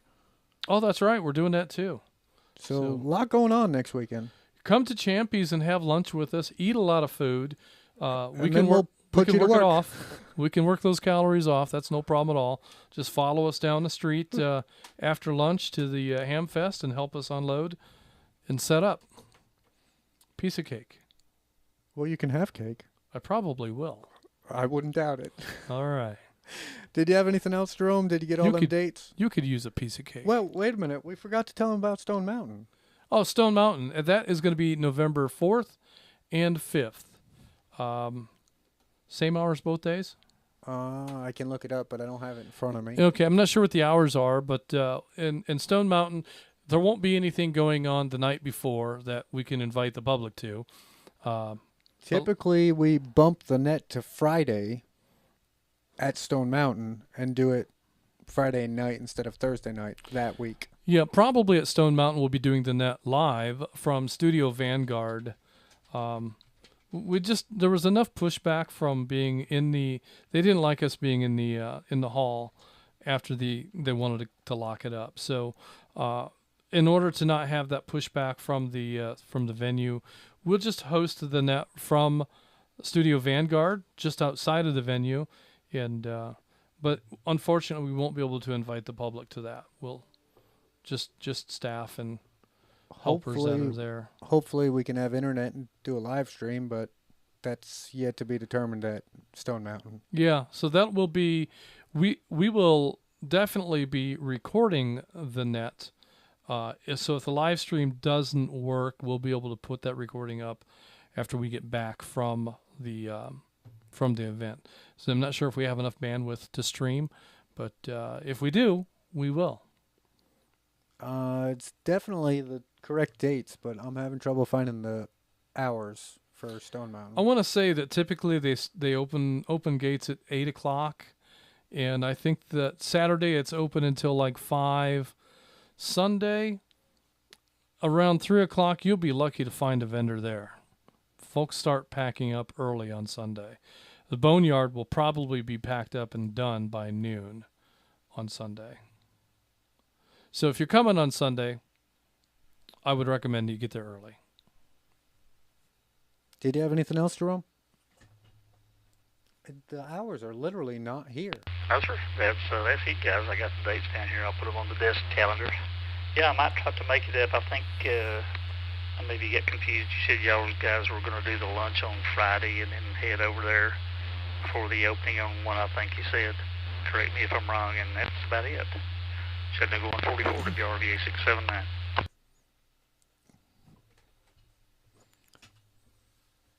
So the Chattanooga Lunch Bunch will be on Thursday, October 19th.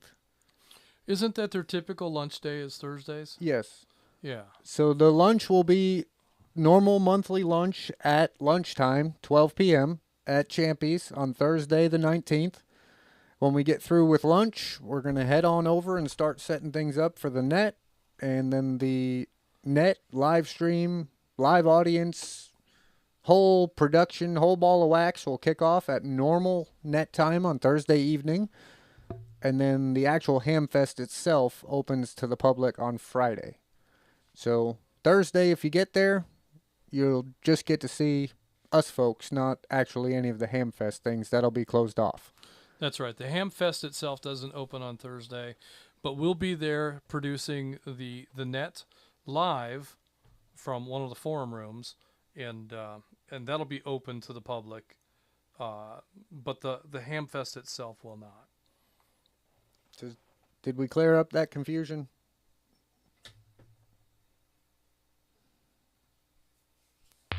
Yes, sir. I got it. Appreciate it, guys. Great net, and enjoy watching you guys there in the trailer. Thing looks great. Y'all did a great job, everybody involved.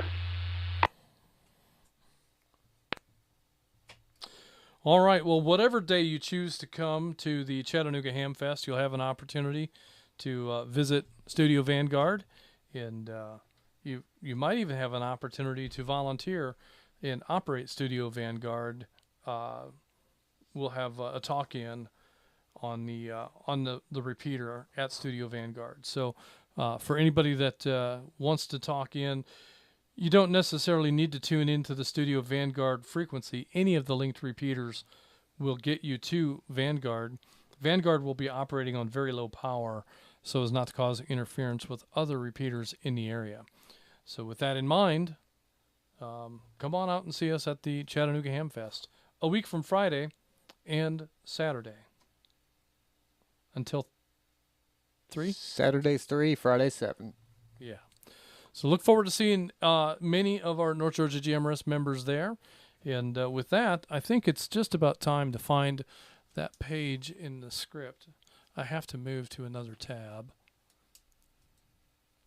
It looks like it's this one right here. This is going to conclude the North Georgia GMRS Regional Net. Tonight we had a total of how many? 59. 59 check-ins, including Jeff and myself. This is Atlanta 946. Oh, wait, I missed a line. Thank you for allowing us to serve as your net control this evening. Good night, everyone. This is Atlanta 946, WQIR 514. My name is Justin. And Atlanta 750, WRMR 367. My name is Jeff. We are North Georgia GMRS Network. And we are clear. Good night, everybody. Good night.